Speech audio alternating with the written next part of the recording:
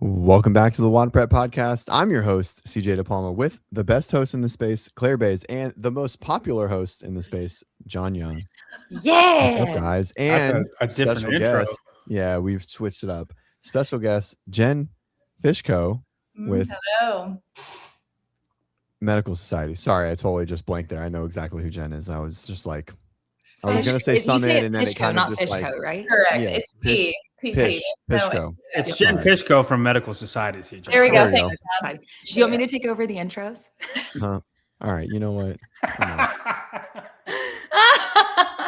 Oh my gosh. And I actually really enjoyed it too, because I know on last week's I went back and John, I saw you in the comments with someone who was being upset that you were there or whatever. And I just loved your response. And we're like, we love having JY. So that was a good It's also funny when like, oh wow, I love JY being like Taylor. So stoked that Taylor commented, and I was like, Taylor, John's been on 65% of the shows I've ever ran. Like he's been on every show almost. This is not new. Yeah. I brainstormed the original show.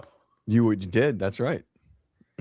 Oh, really? So you helped him get this thing started, technically. Yeah, he was on the first show with Travis. That's cool. Yeah. I was Travis's replacement. I have no idea who Travis is. I've never gone back and watched that. Travis is a distant man we don't talk about anymore. He shows up in an Instagram comment every now and then. He's doing him. He's doing him. It's not. He's I want to know who this. I don't know why I've never asked to see who it is. He's great. Travis is great. He is great. Oh, KDL's correcting me. I guess I'm not. Okay. Yep. Right. Jen, what's up? Hi. Hello. Happy Memorial Day, everybody. Yeah. What did you guys do? Did you guys do anything? I mean, as a gym, we did Murph this morning, and then just kind of hung out. The weather in Cleveland and Sugar Falls has been a little suspect this weekend, so not full like summer vibes. It's been icky. So just hung out. What about you? UK vibes.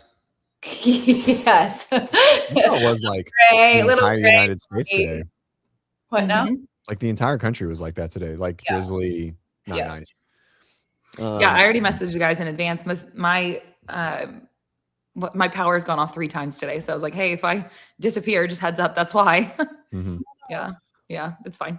John, Anyway. do you do social things? What do you do when you're not on podcast and He takes his baby in a stroller and wears a wife beater with his 2 other bros. And yeah, I like those. Those are funny. But so just to be clear, that's still very CrossFit. So what do you do when you're not doing that? Just cycling count. Sure.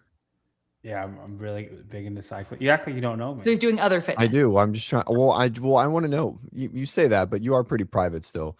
And so, what do you do that's not like? Do you have like just like random? Like, do you like go to farmers markets with Leslie, or like I don't know? Do you guys like walk around your neighborhood? No. We're pretty, he consumes cycling content, we're CrossFit content. I gamble on sports, and I shouldn't do that. But it's not benefited us or hurt us in any way. I'm very it's entertainment. Like, I made like $4,000 on the NFL one time, but it's really just like pushed you through for the addiction. It's other like than that, it's like your first good shot in golf, right? It's like when you stick like other than that, 160 it's yards, 7 very iron. up and down. I found out I'm way worse at NBA, and we're in the NBA season. So once Cleveland. Anybody watch the Cleveland? They're not doing very good. I'll tell you that. So like I know all about all the sports going on, but no, man, I nerd out on cycling stuff, and that's it. I mean, I'm pretty boring. I'm a pretty boring person. Got it. All right. Jen, I will tell you, whenever Baker Mayfield, because I'm from Oklahoma, and so he was at the University of Oklahoma, and whenever he went to the Browns, I traveled quite a few times to watch their games, and I loved the Browns fans. Oh, loved them. that's so cool. Yeah, they were way fun. Vibe over here. Yeah. Like obviously the history had been for a very commitment. long time up to that point of just losing at all times. Mhm. And I just love that like they travel hard and they were great. Like there was no morale issues for them. So mind you, obviously they're the fans that are traveling for it, but it was fun. Yeah. That's so great. Yeah. I wish. Cleveland's got a sport vibe. You gotta be willing to accept disappointment on a fairly regular basis. Yep. But Yeah. you're okay. I wish the Browns had like 1 year. Yeah, that they like put it together. Fantastic. You know what I mean? Like I don't know, like an OKC type year.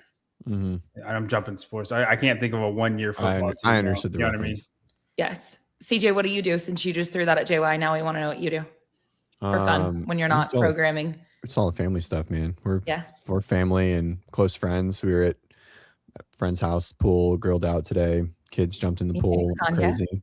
Okay, I got it. Yeah, we're big movie people. We like movies. There you go. See? Big movie people. Yeah. Okay. I get what it is. Yeah, now. just like that's not related to to anything that is here, but it's very little. But yeah, we do the family thing and like we're uncles and aunts to all of our friends' kids. You know what I mean? Like that's like we have like a very, our village is there. That's such a great comment. A big mall guy. I like Big malls. I like walking around the malls.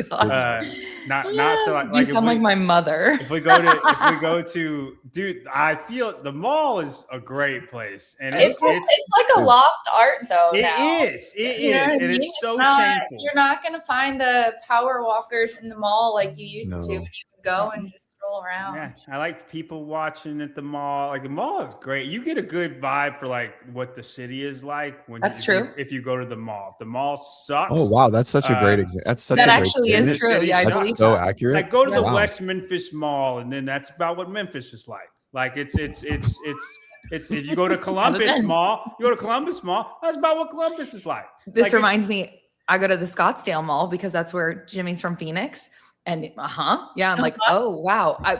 I've been at that mall. It's a different vibe. Yeah. That's so funny. And Very nice. So if I go to a new city, I like to check out the mall. I get made fun of a lot for it from the guys. I don't know why it's a thing, but you know how we joke about my autism? Yes. Sure.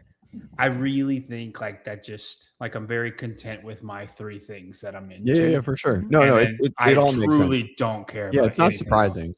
I would hate grilling and being social with people. If you asked me to your go, kid is 3 and you're DJ, like, God, I need this kid to fucking play with another child.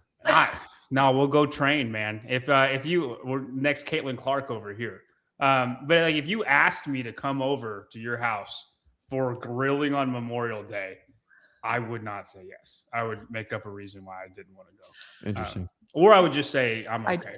I'm okay. Yeah. Okay, wait, Jen, you're up. What do you do for fun outside of work? Oh my God, that's a really hard question to answer right now. And probably a good segue to what I do for work. Nice. Since that's been the main kind of focus for the last couple of years outside of running the affiliate and medical society and practice and anything and everything for that. So it's been that's what you do for fun for now. Honestly, it is. And I'll read. I'm a reader. Crazy. If I can have quiet time and a good book, then I'm happy. Yep. Okay. I like it. Yep. Okay. I used to read. Sorry. Okay. I'm not a big book reader now, but I used to really like reading books. Oh my gosh. Like I would say before family. It's hard. What type of books? Did you read fiction, nonfiction, all of the above? Yeah, like a little all of the above. I like learning about random things. Here's the real question. Did you read books about trains? I didn't read books about trains. No. I could tell you what like an F427, like what engine is running in it, but like I didn't read a book about it. That's such an autistic sign. It's crazy. Like it's like way up there. I love it. Okay.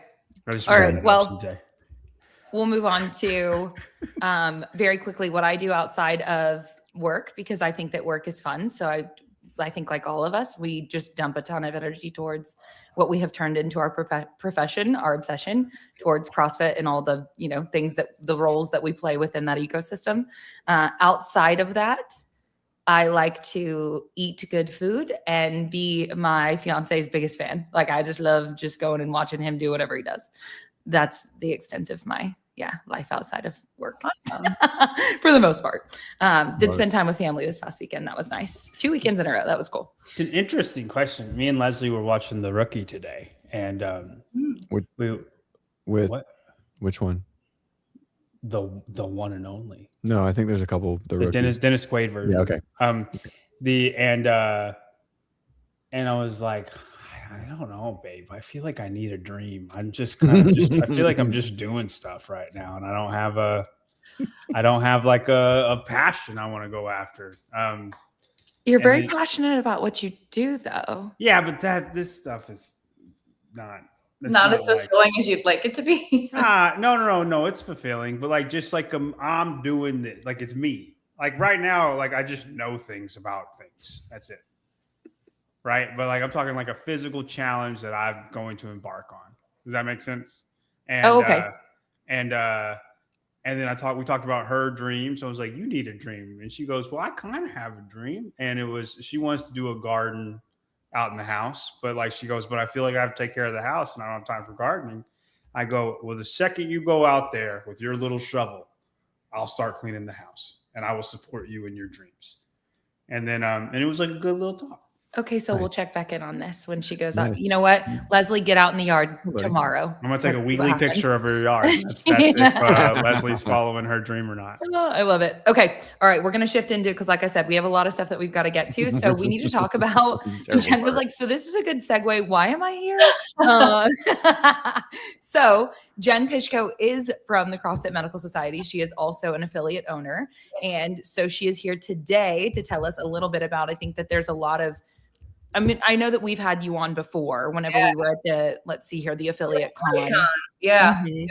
Yeah. So I would say a lot of our listeners probably have, but a lot of people have not seen that, or maybe don't know, especially as Medical Society continues to evolve with all of its offerings. So tell us a little bit about that, please. Yeah. So when we all got together at Affiliate Con, that was, what was that, like October of last year, I think?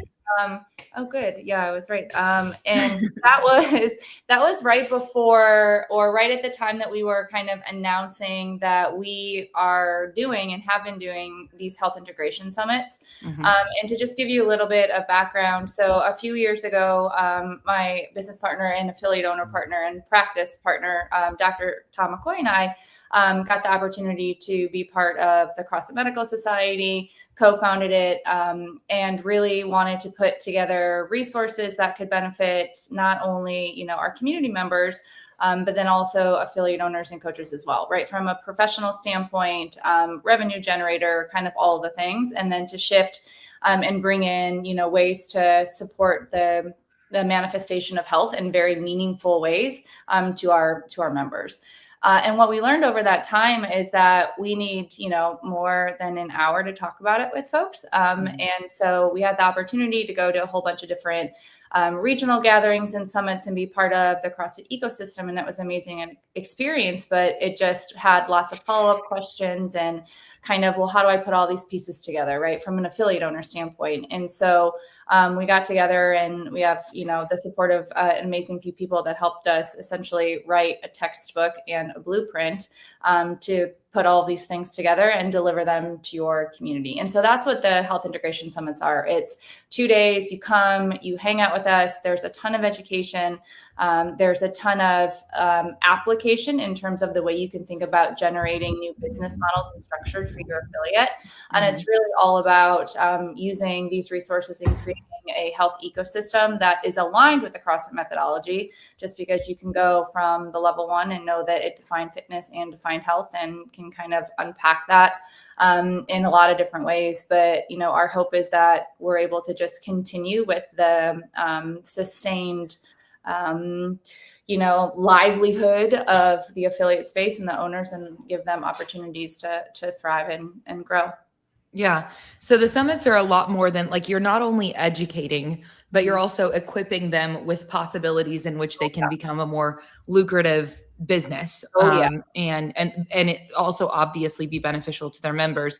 Yep. And I've heard you talk about not only is this useful for the affiliate owner themselves, but for the coaches within the affiliate, or for any practitioners of any type of medicine that are even just members of the affiliate, and ways to kind of bring it all together. And so, yeah, I don't know if you can kind of touch on, I guess, some of the resources or what you guys are helping people build. Yeah. So I think we get this question asked specifically about the summits, and it's like, well, who should go? And to your point, you highlighted kind of like those three personas, right? There's definitely the affiliate owner, right? You have the coach who is either really interested in continuing education and or just understanding, additional professional paths for them. Because I think we can all agree that when it comes to coaching, like coaching on the floor is amazing. Spending time on the floor with your clients, whether it's one-on-one or small group, is fantastic. But we do kind of potentially have a bandwidth with how much we can do with that. And so when you're looking at wanting to make a full-time career as a coach in the CrossFit space, being able to support your folks, in those other 23 hours with services and, offerings and resources that can live within the affiliate can be really meaningful in terms of just ongoing professional development. And then, when we look at the role of the practitioner, I think, however long ago, the idea of, bridging the gap was something that was kind of said in the CrossFit space. So it was like, well, we need to take what we do in the CrossFit affiliate. We need to bridge the gap over to what's happening in, the doctor's office or in the standard medical system. But I think what's really cool is that, we actually want to bring providers that are passionate and familiar with the CrossFit CrossFit methodology into what we have going on and bring them in, to this side of it and build it from the inside out. Because, ultimately the CrossFit affiliate is the space that health is created and sustained, especially from a preventative health standpoint. So those three buckets.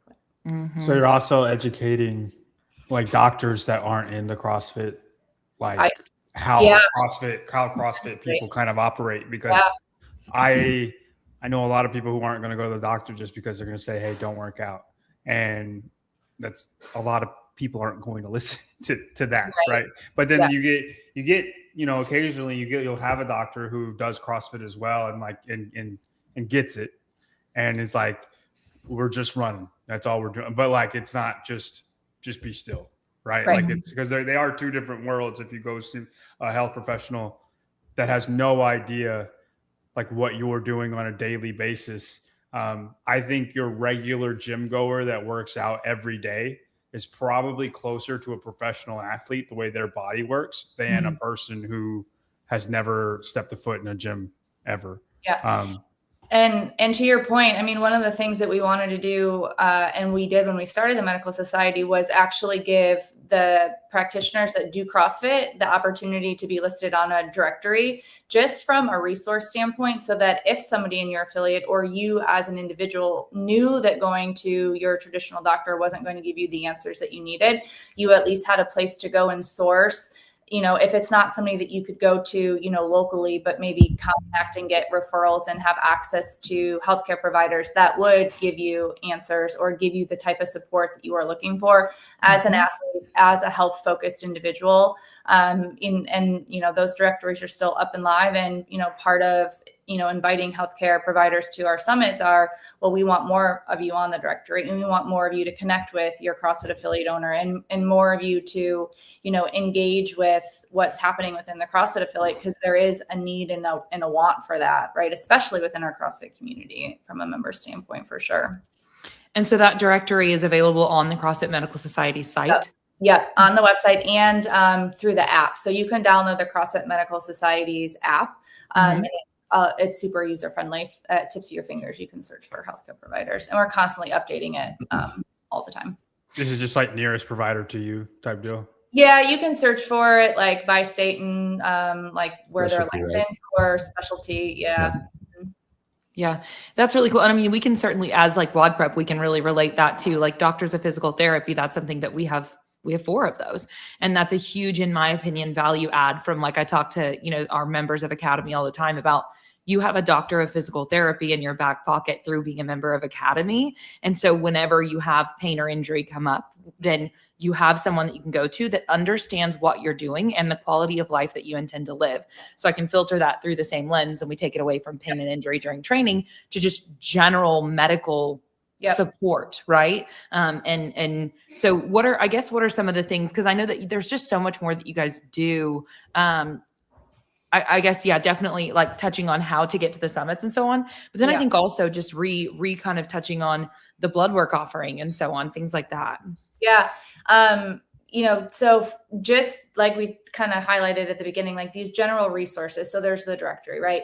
Anybody can go on to the Medical Society's website and they could order labs, right? There's direct to consumer lab, offerings, right? And you get access to a really cool visualizer dashboard that would put your results on essentially the sickness, wellness, fitness continuum and give you index scores and do things that, relate to how we understand things as CrossFitters. We could go into the whole community care side of things, which is, the crowd-funded healthcare option, right? To, again, step out of the traditional system. There's all of these resources that can, help one individual in any number of ways. And the whole idea of where the summits then kind of birthed from was that when you put all of these together, it's really an ecosystem of, total operational health and healthcare that is driven through the CrossFit affiliate. And so when you can spend a couple of days really digging into it, like as an affiliate owner and, take stock of what your bandwidth is, what your highest level of interest is, and what are you most passionate about? What is going to help your members the most? Where should I start with all of this?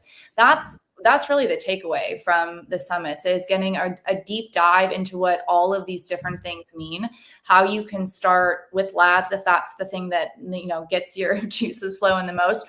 For some of it, it's community care. Like everybody is going to be a little bit different because we as owners are small independent business owners. So we have the opportunity to create this vision that's going to support our members in our community to the best of our ability, which is super cool because communities are different all over the place, right? Like the Memphis Mall is different than the Arizona Mall. Like it's the same with the affiliate. And so our goal is that you can come and, you get access to all this education. It's ongoing connection, right? So it's not just 2 days and then you're kind of off to figure it out. Like we talk on a weekly basis with almost everybody that's been to the summits already, answering questions, setting up, new health tiers if they're offering it, setting up their SOPs for labs, helping kind of like build the process.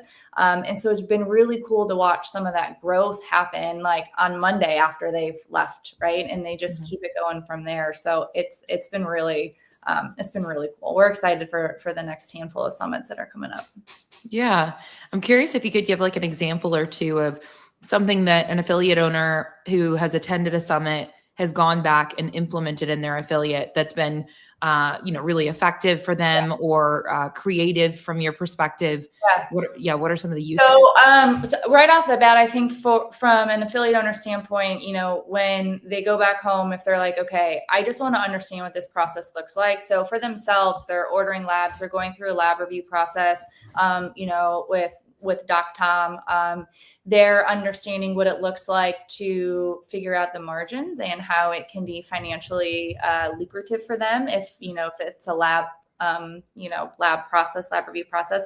We've had an affiliate owner, Zia, the affiliate council member from California, San Diego. She hosted our first summit. She actually has a health tier that is, 2 times what her members were paying just for access to CrossFit.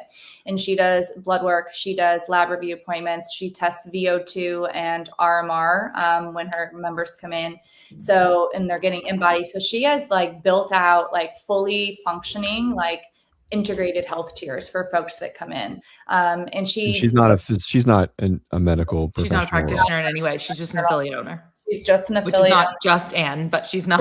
She's not. Right. We actually talk about it at the summit. I say you're not allowed to say the word "just." Yeah. So you go when you introduce yourself because you're in a room with. Hey, we corrected it.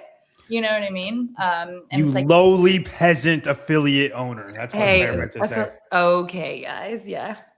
But yeah, so it's been really cool to see the different ways that people have, taken what they've learned or what they're excited about and how they've put it into action. And some have started, like I said, with just kind of the labs and going through it themselves. and then bringing other current affiliate members in, right, and going through that process. And then I think Matt Souza out in California is using it as like a recruitment tool. So he's actually looking at bringing in people that have an interest in health and wellness, and is doing it that way to bring new folks into the affiliate and giving them the opportunity to have movement assessments and learn about kind of where they are on that continuum as an onboarding process. So lots of different ways to do it.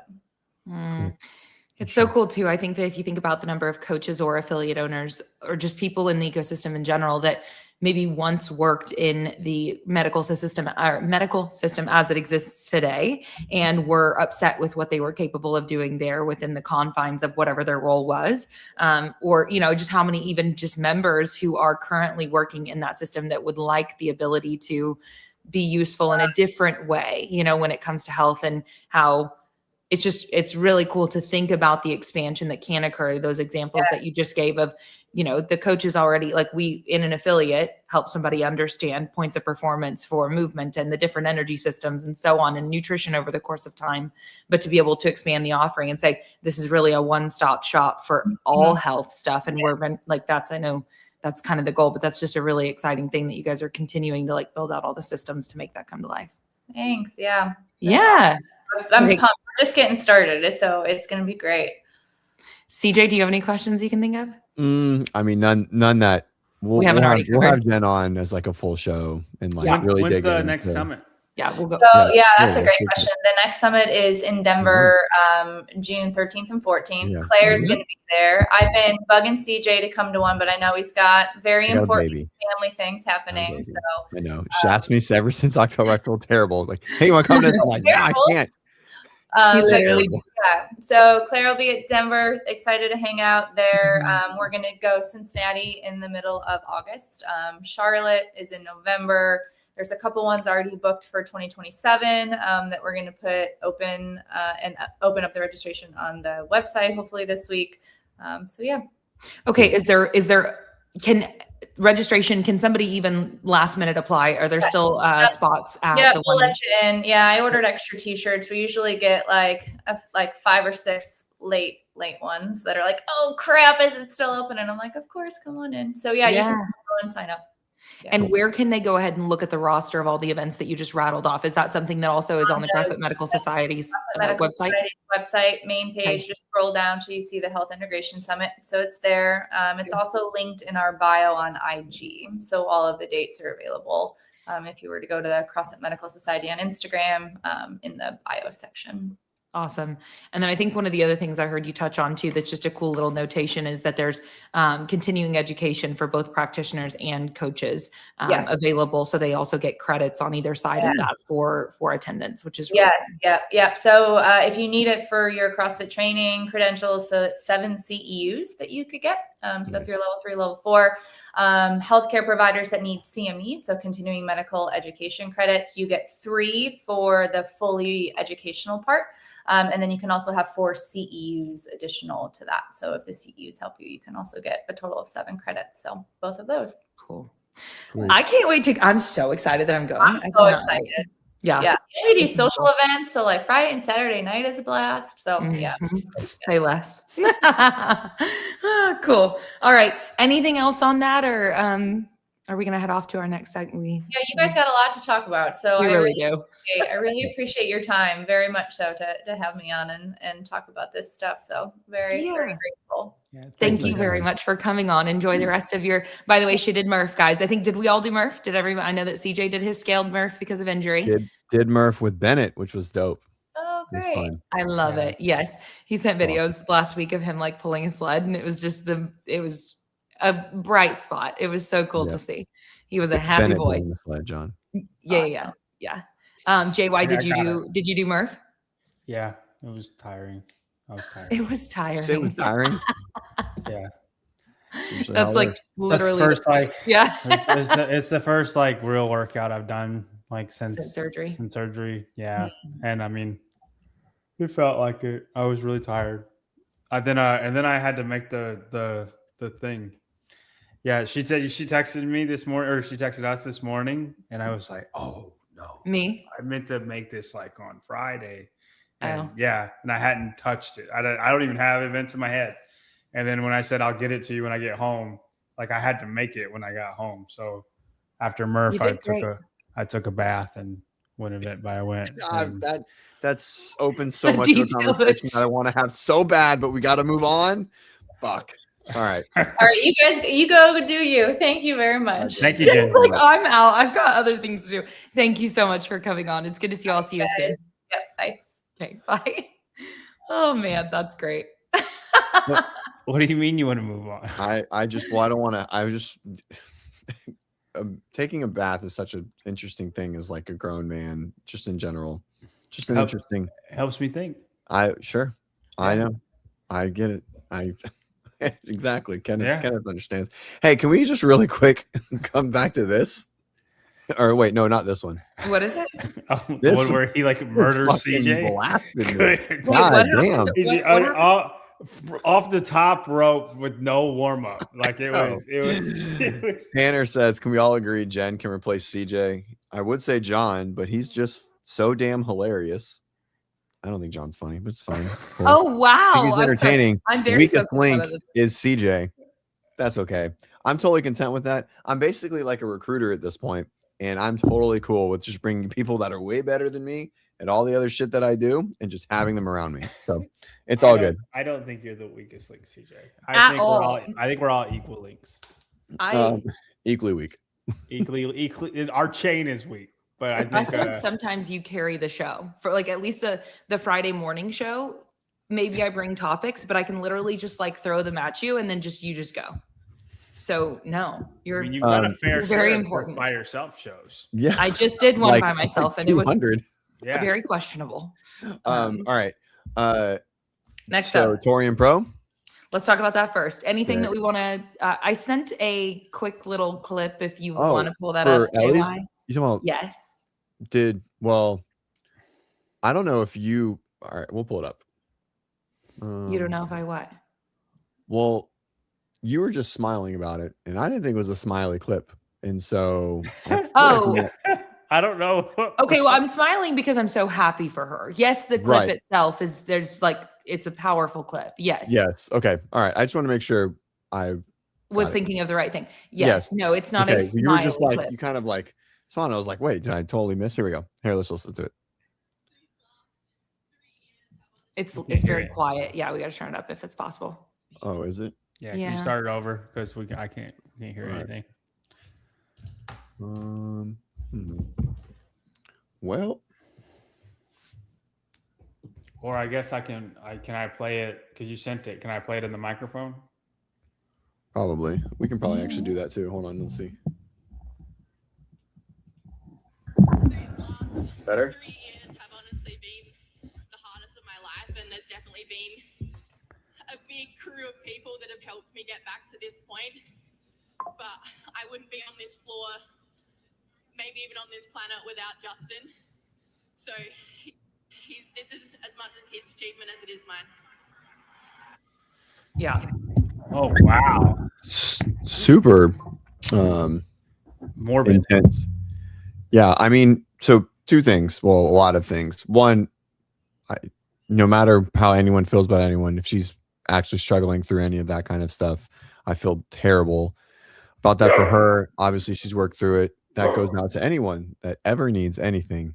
Dude, reach out to whoever it is, anyone in the show at any time. Like, if you are feeling down and you feel like you are struggling and you can't get through with whatever you're getting through, and you're having thoughts that, like that you don't want to be here anymore, dude, just everyone around you will be there to support you. And I know for a fact that you can reach out to anyone in the show, and that stuff is really unfortunate. And it stinks that she was going through that, but it's great that she worked through it and where she is now. And, kudos to her for being vulnerable and saying that, or, whatever. It gets me in the feels when I hear anything like that. I've just, unfortunately, it's I'm glad she made it. She looks great. Obviously she looked awesome this weekend, and, obviously she's worked through whatever she needed to work through. So good for her. Yeah. Yeah, I appreciate your perspective with that, because I know you definitely like it. I mean, I think it probably we've probably all been impacted by people that we love going through struggles that have made things pretty dark at times, and that's anyway. So I appreciate your call. I of course appreciated her vulnerability. I was smiling because I am just over the moon happy for her. This was not something that pretty much anybody expected. It doesn't seem like it's something that she expected either. And so was, after that event, and they go over and interview her there. And as soon as she said that, it went from experiencing joy to still that, but immediately, like I wouldn't bet very many people had dry eyes in the building. And I know that anybody that I spoke to about it after the fact was also in tears over it. It just was kind of, I guess for me, what really stood out and what I shared about it was just supportive partnership is so powerful, and I think that we are all three very blessed to be in partnerships where we are very supported. And that is such a blessing. And so just to know that whatever hard things that she's walked through, that he's been right there with her and been able to pick her up. And I just think that's so, it carried a lot of weight. It was very powerful. And I think a lot of people could relate to it in their own way. So ultimately very, very happy for her, but I just wanted to call that out because that was a very powerful clip, I felt. Yep. And just lends to being able to be there for the people that we love and be supported by the people that we love is more powerful than we even know, Mm-hmm. So anyway, well, I'm happy for her. Yeah. I don't think anything's ever that deep. That's okay. That's okay. No, I'm saying there's nothing that deep. Like people, you know what I mean? If you feel that way, like CJ said, don't be scared to talk to somebody or reach out to people because nothing whatever it shouldn't happen. Whatever you think is the thing, it's not that deep. Mm-hmm. Yeah. If you I'm not saying it's not that deep to you. I'm saying period. It totally came off with dismissive, but it was not at all. Whatever she said is not that deep. Yes. Way to walk. That is what that came off as. Yep. All right. We've recovered. That's not how I meant it, but yeah. But things feel very, when someone's experiencing. Well, you get what I'm saying, right? 100%. Yes. Okay. Yeah. It never has to come to that ever. Yeah. I just wanted to, I don't know, that, like I said, I think I just held on to the supportive partnership bit of it. And just, it's really cool to know that they have one another. Now I feel bad for Justin. Now I was happy that he lost. Oh, you were? Yeah. I think I wanted James to lose. I think it's awesome when okay, so you just wanted the drama. Drama. And mops up. Plus they're all going to get through online anyway. There's nothing, it's not on the line like it used to be. I wish it was that way. If it was a one and done, I don't think I would want Justin to get in. Yeah. Because I know that he's probably fitter in the grand scheme of things than Bailey. But when all of that is I just want the best person to lose always whenever I know they're going to get it anyway. And the game's is a little bit different. So you just want the drama of the lead up. Okay, hold on. You just made a statement that you believe that Justin is actually more well-rounded fit than Bailey. Is that what you just said? Yeah, I don't think I'm jumping out on a ledge by saying that. Okay, what makes you say that? I mean, I don't disagree or agree. I don't think I won the CrossFit Games 2 years. Uh-huh. And Bailey's went 12th and then 24th and then hasn't made it. Granted, he had a heart attack, but I think 8 out of 10 competitions that they do against each other, Justin will win. And then there's 2 out of 10 where the programming lines up well and Bailey wins. Yeah. How much of this do you think was how bad do you want it? Because I think, even Bailey had said, I think at some point to Justin, if you don't make it here, you'll make it online. If I don't make it here, I won't make it. And so I think he felt a lot more pressure to get it done and was able to channel that into I don't think he felt pressure at all. Solid execution. Bailey? Yeah. He's not expecting Riley. He's not Wait, expecting. Oh, sorry, it is Bailey. Right. Okay. Yeah, maybe. Did you watch his blog at all? No. Anyways, he's always known as the fourth guy, right, or the third guy in Australia, and Oceania, because he's New Zealand. Oceania, and so, and and they hate it, right? So maybe there's no pressure, but I think there's pressure for him to like not be considered not the best. I Yeah. feel like he wants that to move forward.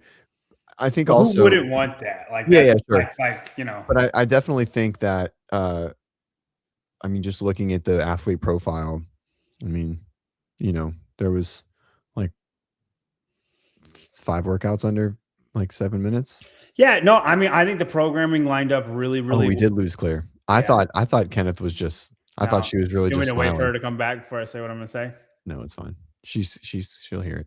Okay, like I think the programming lined up really, really well for Bailey, Yeah. and Justin was going to have to be his best self to beat him.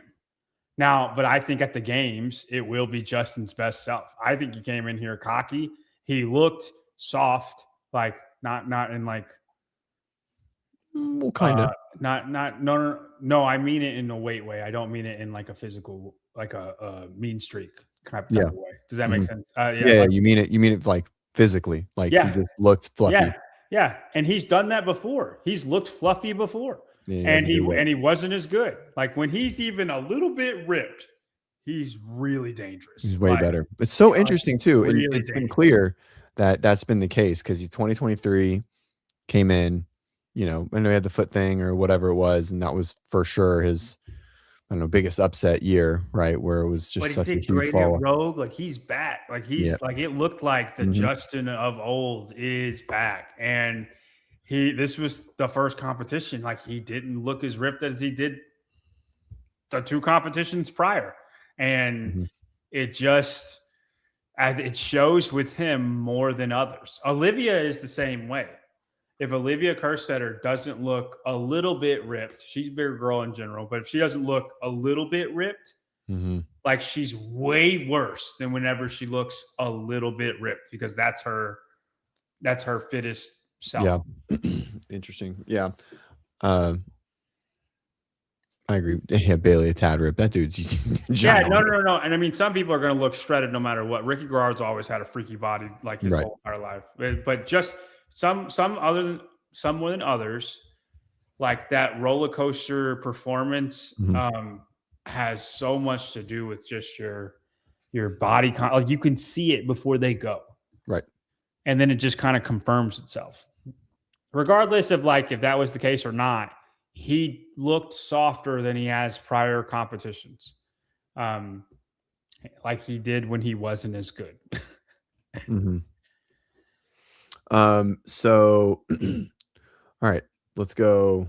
We're waiting for Claire. You want to just go leaderboard real quick? Sure. Yeah. I mean, I kind of feel bad for Ellie because I feel like Justin not making it is taking a little bit away from her making it.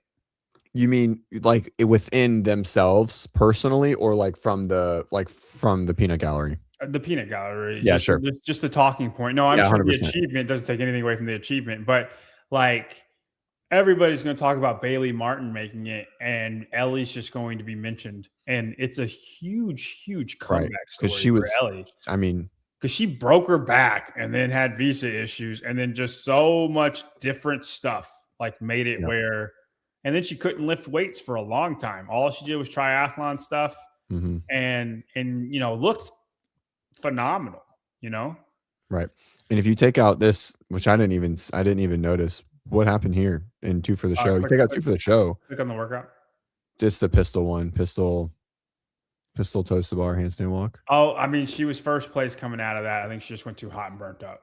But yeah, I mean, I do not know, but I know she was with the front girls in the first round. Yeah, she got second. Oh, in the first 2 rounds? Yeah. No, yeah. And then just totally flamed out. Yeah. Wow. I'll have to go back and watch that. This is a crazy fall off. And you do that. I mean, she dominates the weekend outside of that. But what's funny is like, say Grace Walton is what we expect Grace Walton to be, because that's a story unto itself too. Yep. And she withdrew. So like she's whatever she's dealing with. But do you have any information? Zay just made a post, but like he just made it and I didn't read it because I'm on here. Do you want me to try to read it? Sure. Why not?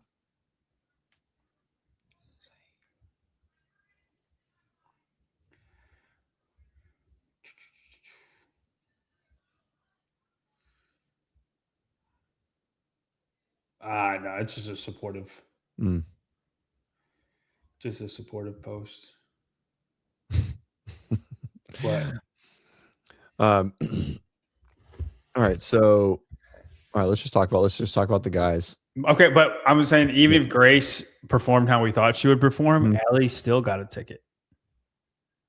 Yeah.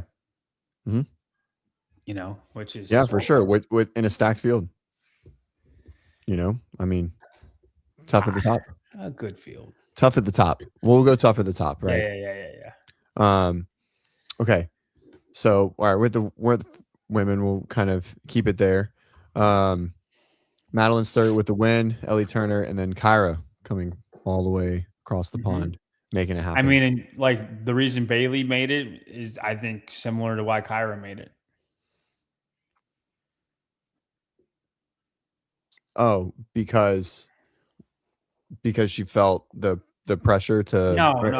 I think the Oh, you mean programming the lined programming. up Okay, really well for her, and like both of those people are probably the fittest they've ever been, but especially for Bailey, since he was at the games last time, people have just gotten better, and so like it's why it's hard to make it every year, you know.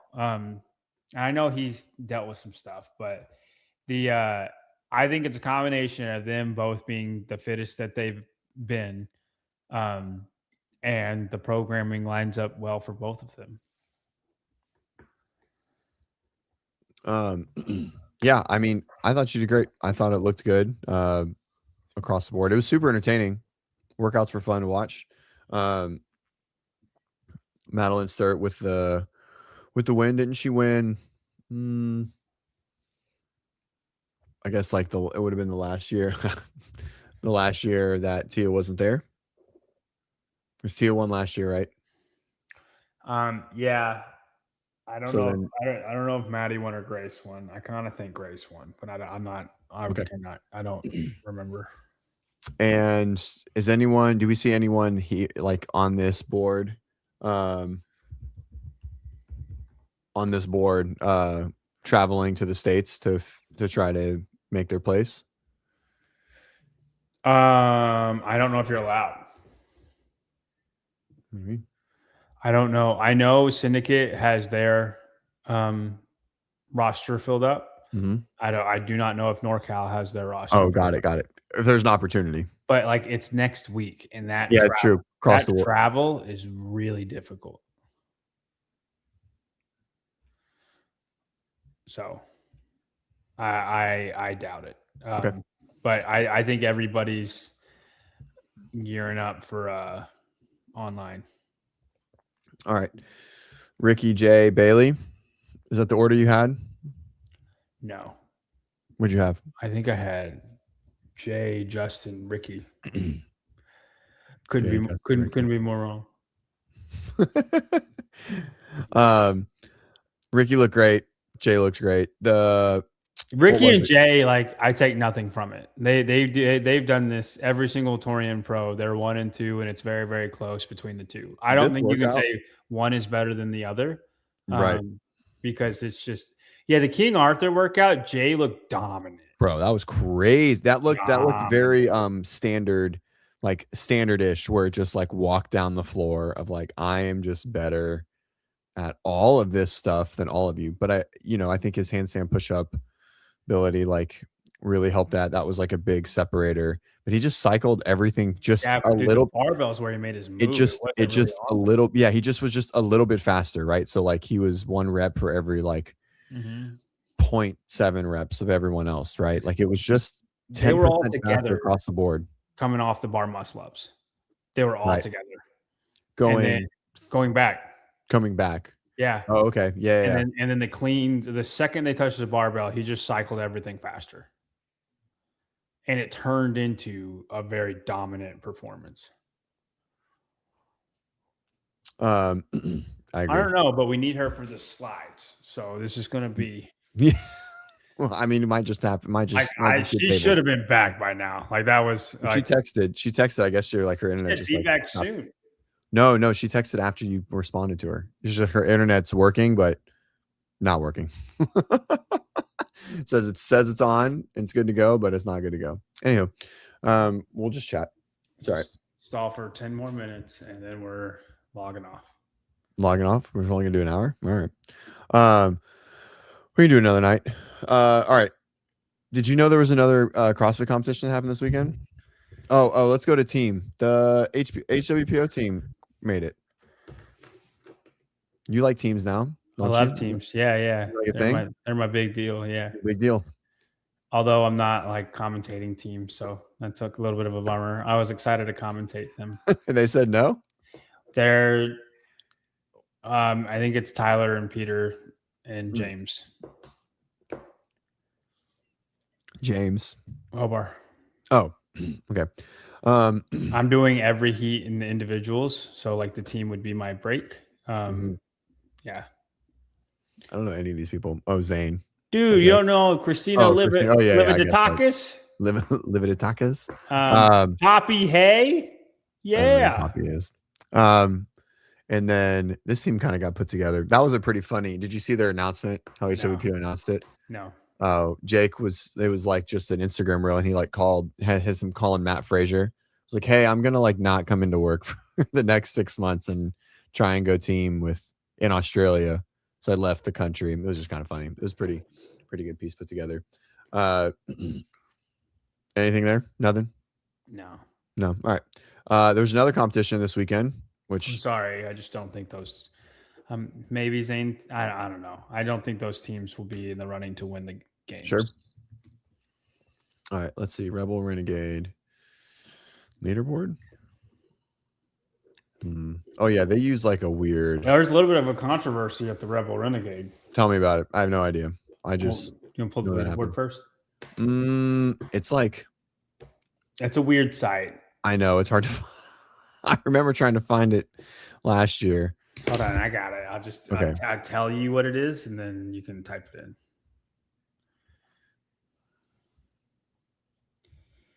All right, it is scoreit.co.za, and then if you .za.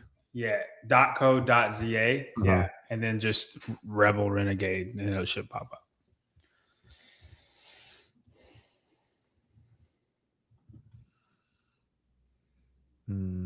Scoreit.co. Yeah, so Matilda Garnes won like 5 events, was in first place kind of comfortably. And then in a wall-facing handstand push-up event, she was getting no reps repeatedly. And she didn't this happen like last year too? She did not know what was happening. She was like, how do I fix it? She looked perfectly normal. If you look down the line, nobody looks different than her. Okay. And she's getting no rep repeatedly. Finally, like she's at failure, and then she can't recover. And she gets like a 27th on the handstand push-up workout. And yeah. Okay. And gets 26 points. And that was event 2. And if you look at like the end of the weekend, she ends on like a 4-1-3-1-1. And it was it was just a big like she probably was in the running to win that event. Wow, that's wild. She did the workout in 11 minutes at the gym because she made a post about it. Right. The winning time was 12:48. So I believe her.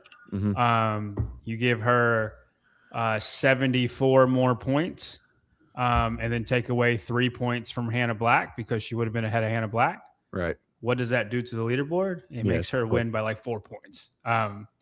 So that's the controversy. But like, and yeah, I guess believe what you want, but like that's the controversy. I feel really bad for her. If you go watch the event, like everybody looks the same, and like it doesn't make sense why she's getting no rep, but the judges no repping her. Yeah. Yes, that's what they came out and said, that her thighs were touching the wall. Everybody's thighs were touching the wall. So if that was a standard, she's the only one being held to it and nobody else is. Like there's like, go watch it. She doesn't look any different than anybody else. And yeah, but you know, it is what it is. I think she got cheated. This would be crazy, by the way, because this happened last year to where they're talking about Evie Hollis. Like, if that's the truth, that's wild. Then I don't know how you can't say this is our bad. If it's the same judge, yeah, same judge would be bonkers. That would be like the rogue judge that we talked about a couple weeks ago. But she's judging every year. Yeah. She's for sure like gambling somewhere. Oh, that would have been crazy. All right, here we go. Men, anything? Congrats to Ben Fowler. No, I mean, this guy was the fittest guy. I mean, he was the best in quarterfinals. I don't know a ton about him, but he does well online. He was like 20th in quarterfinals. He's been well online before. Ruan went to the games one year as the African contingent, and I don't think he was out of place. I like Ruan. There were some events where he was top 10. And if you're top, he has his strengths and weaknesses. And that's what I want out of the people that are going to come from these regions is like, if you need, I don't feel bad about you coming if you have events where you affect the leaderboard. Sure. And Ruan did that. Yeah, he did. Doesn't he clean didn't he clean 400 pounds? No, that's Bruno Marins. Oh, okay. He also did that. And I'll never talk poorly on them. It's the Tiago loses or the Luisa Marquez that comes bottom 3 in every single event that I think you shouldn't be here. I would take a less fit person if I knew they had home runs that could affect the leaderboard. I agree. Do we think is Max Krieg just like really ripping through the Army Warrior Fitness tax dollar accounts? Dude, he's trying his best. Bro. He's doing everything he can. Man. Is he doing? I know he's for sure signed up for NorCal or Syndicate. Probably NorCal. But dude, he's like, I'm getting in. They're gonna fly me all over. Take a look. He's flying. What do they call it? This is a very dumb comment. It's a very dumb comment. CJ, would you like to explain why this is a dumb comment? No, I just want to move on. We don't have time. I'll be quick about it. You can be quick. Go ahead. Okay. I'm talking about who is invited to the games. I'm not mad that Guy gets invited to the game or, gets a ticket to the games. I've always said he's one of the fittest people in the world. He's just not a top 10 fittest person in the world. And he shouldn't be looked at like that. But he is in the top 10 because he's got 3 home runs every single year, and then it puts him there. But he's not that type of fitness, and he'll never be a podium guy ever. And people want to act like he's going to be, and he never will be. I'm talking about the people who are not going to be in the top 20, who are going to be in the bottom 5 positions. I want them to have events where they, make the difference on the leaderboard. Go ahead. See, that was good. That was good. Good job. All right. So congrats to them. Moving on to whoops, that wasn't the right thing. Here we go. You guys finished up talking about Torian, I'm assuming. Yes. Yeah, girl. Yeah, you missed that. Yeah. I can't believe it. Can't believe you missed it. What happened? You would have liked it. There was even a section in there where I was like, Claire would have loved this. He said, should we talk? Who should we just stop? Yeah, what was we it? should just end the show. I mean, I don't even remember now, but you would have really, really liked it. It would have been like the highlight of your show, I think. Oh man. Nutrition got worked in there somehow. Like it was right. Yeah. Sucralose. So choppy. Yeah, right.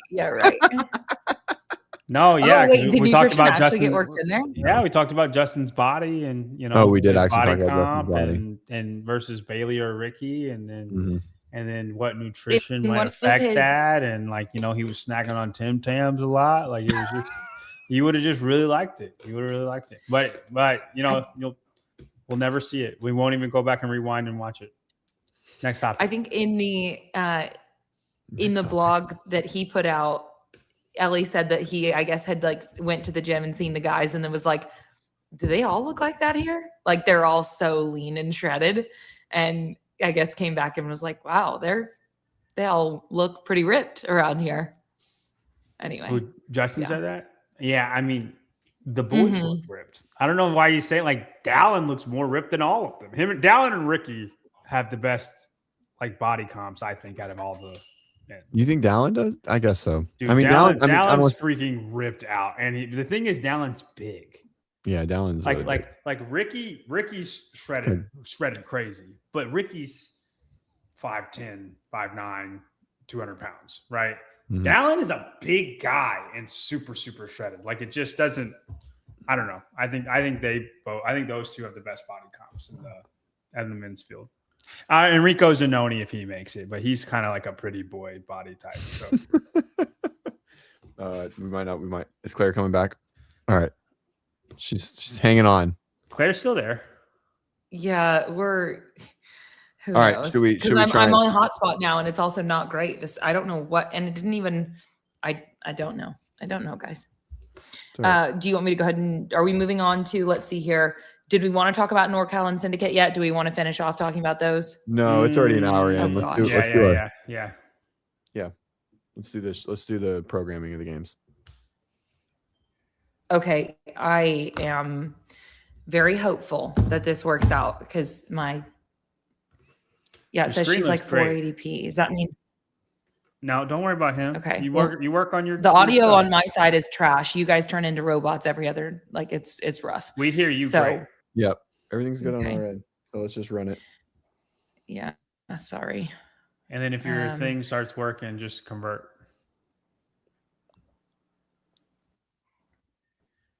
Oh, here we go. Oh, here we Claire, is this in our shared Canva?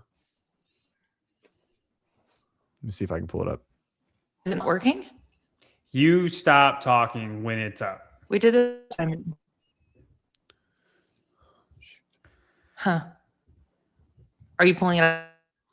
I'm asking if it's in our shared Canva. I'm looking right now to see All right, go if right it now. is. Do you want Go to right try ahead. on your phone and see if that's better? Well, she won't be able to share anything then. No, I'm saying if you have it, CJ, you can run it, and then she can be on her phone. And like Got maybe it. she'll sound better. I got it. Yeah. Yeah, it is. It is in our shared album or in our shared Yeah, I Canva. got it. I got it right now. I got it right here. Cool.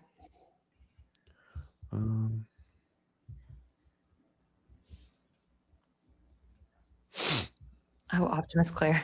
This guys, I don't even know. It's gone off and on and off and on all day. Cool. So- All right, ready? I'm ready. Mhm. Let's do it. All right, JY programs the CrossFit Games. I haven't do it. seen these yet. Claire has seen them. And JY, anything you want to preface us with before we start? I don't think so. Claire hated them. So Claire hated them. No, I did not hate them. I was just like, you are crazy. But I didn't say I don't hate think them. it's that. I don't think it's that crazy. But Here we go go. ahead. All right. Do you want to? Do you want to preface with anything at all? What were you going for? What was the intent? What was your primary focus? I want to find the fittest person in the world and F people up on the way. All right, Hey. sounds great. Let's rock. Perfect. I feel like we were Should we tell them how many events there are, or should we just wait more. and just? Why not? We'll keep work it out. All right. So this is Ocean Swing. I did struggle with the names, but Names just are hard. it's 100 bar muscle ups for time. There's a rig on a beach. It's like Muscle Beach where there's a rig, like it's in the sand. It's like 50 yards in the sand. 150 meters. Every 5 minutes, including 0. You swim 150 meters, and then obviously I'd have to test this, but No. Uh, You said 150 meters. no. So hear me out. It takes 150 meters for a triathlete. Takes 2 minutes on average. That's what ChatGPT said. So, and it said a novice would take 3.5 minutes. So I was like, okay, so 3 minutes. That's what I was thinking. You have 2 minutes to do bar muscle ups. Now, you're allowed a towel at the rig. You're allowed grips. You're allowed to skip around if you want. So, like, if you want to do a round on and a round off, you're allowed to skipping do that. skipping around is very, very appropriate for sure. That's what I'm saying. So you're good swimmers. they're going to win, right? They're supposed to. But you got to make this decision if you're a good swimmer or not. And you're going to find out around round 2, right? If you can still make that swim or not. So that is, and it's ocean swim. So like half of it, you're running. I like your name is solid. I'm digging the name. And if it needs to be 100 meters, then that's fine. But like, nope, it says 150. No. That's fine. I keep it 150. But like, I went off of what ChatGPT said the average swim times are for that. I figured we were a little above novice and we're a little under triathlete. Well, I think I love the workout overall. I love the name. Bar muscle. You see what I was going for, right? I'm aiming for 2 minutes. Yeah, no, I know exactly what you were going for. I think the 150 is aggressive just because of it's an ocean, so out in a specific out. And if it was in a vacuum or like in a pool, then 150 is way better. But like you have to go through the sand. Like is the bar like at the shore? Like is it? It's like, 150 meters from the bar. Right. So there's some running there, like, so if there's 25 meters. So then it gets a little bit better, but I understand where I mean, that's what it is. It's the measurement is 75 meters out the ocean to the bar. Does that make sense? Yes.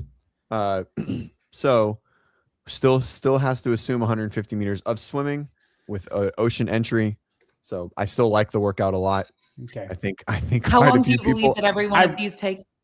I wrestled with 100 and 150. I really did. And I went off of ChatGPT for it because I didn't want people to have 3.5 minutes of bar muscle ups. I didn't want that. Does that make sense? I wanted this to take 20 plus minutes for the best people. Mm-hmm.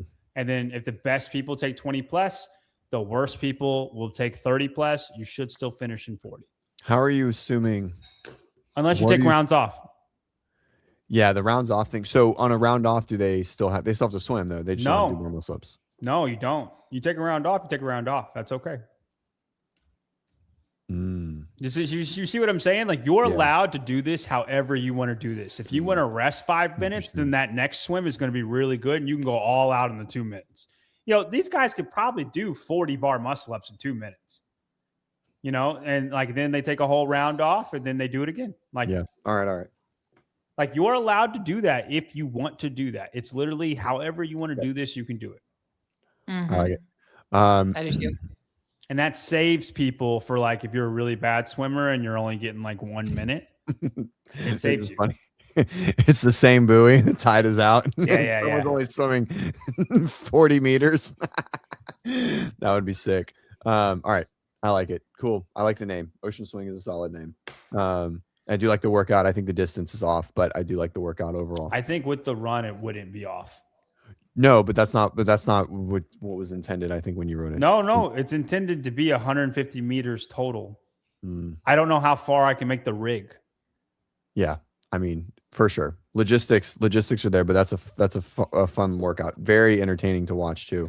If you can have a ticker or some sort of show of reps, obviously. All right. Next one. Oh, I'm doing this. Haha. Here we go. Event 2. All right. Walking Dead, 3 rounds for time, 2 dumbbells, 21 shoulder to overhead, 15 burpees over the dumbbells, and then a 90-foot double dumbbell overhead walk. Yeah, overhead walks coming in strong. Yeah. And time cap is long. It's meant for everybody to finish. But I wanted that 90-foot overhead walk to, as soon as you're done, you have to do 21 shoulder to overhead again. Yeah. I promise nobody's going unbroken. No, for sure. Like you're going to have to break these and like your shoulders are going to be on fire. And yeah. Mm-hmm.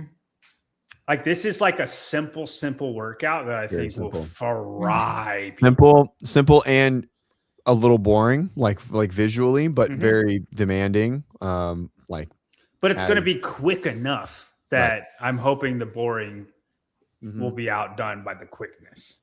Right. Because if you want to win, you're going to have to push the burpees. Oh, it says 90. I'm sorry. That should say 90 foot. Sorry. Double. That's fine. It is. Well, it says inches, but anyway. Yeah. We get it. Yeah. Yep. Well, and I think that part will be interesting because what happens when athletes don't make it all the way with, or do you think that will happen or no? Do you think you'll What do have you mean? failure with the overhead walk? I think people put her down at 45 feet. If Yeah, I make a turnaround Okay. point, Yeah, most people are putting it down and probably not going into any presses after round. For sure, not in round 3. No one's gonna try it. They might because they'll miss. Like they'll bring it down to their shoulders and they'll try and press back up, and it'll look like they hit like the bunk, yeah. like the top bunk of a bed. Like when you stand up, you're just like it just And like mine. Yeah. What I would love, and I don't know if it would happen, like they might be too good, but I would love for there to be a race on the 90-foot double dumbbell overhead walk, and then like they literally can't keep it up. Does that make sense? Like it's just going down, and the rule will be dumbbells have to be over your head. Thursday. Also, just thinking about this, the lat and shoulder fatigue coming into this workout because the same day. We're still on Thursday, by the way. It's going to be drastic, which makes this workout 10 times harder after pressing out 100 bar muscle ups. And so, anyways, cool. All right, next workout. Next one.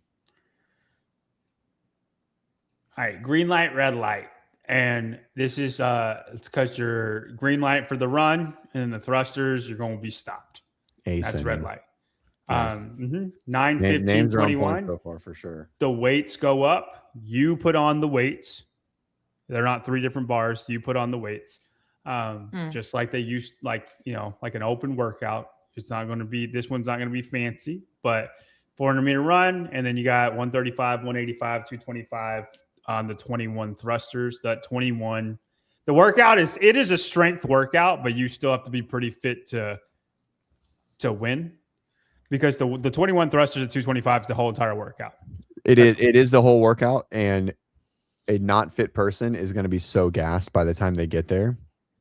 This is also on Thursday. So here we are doing thrusters press after fatigue is on this day. a problem. Dude, that 225 is going to be so heavy. Yeah, just wait for event 4, and then we got 4. We're not. This isn't the last event on the day. No, it's the last event, but the pressing, we're done with pressing after like 5 events. I would assume so. We've definitely taxed it.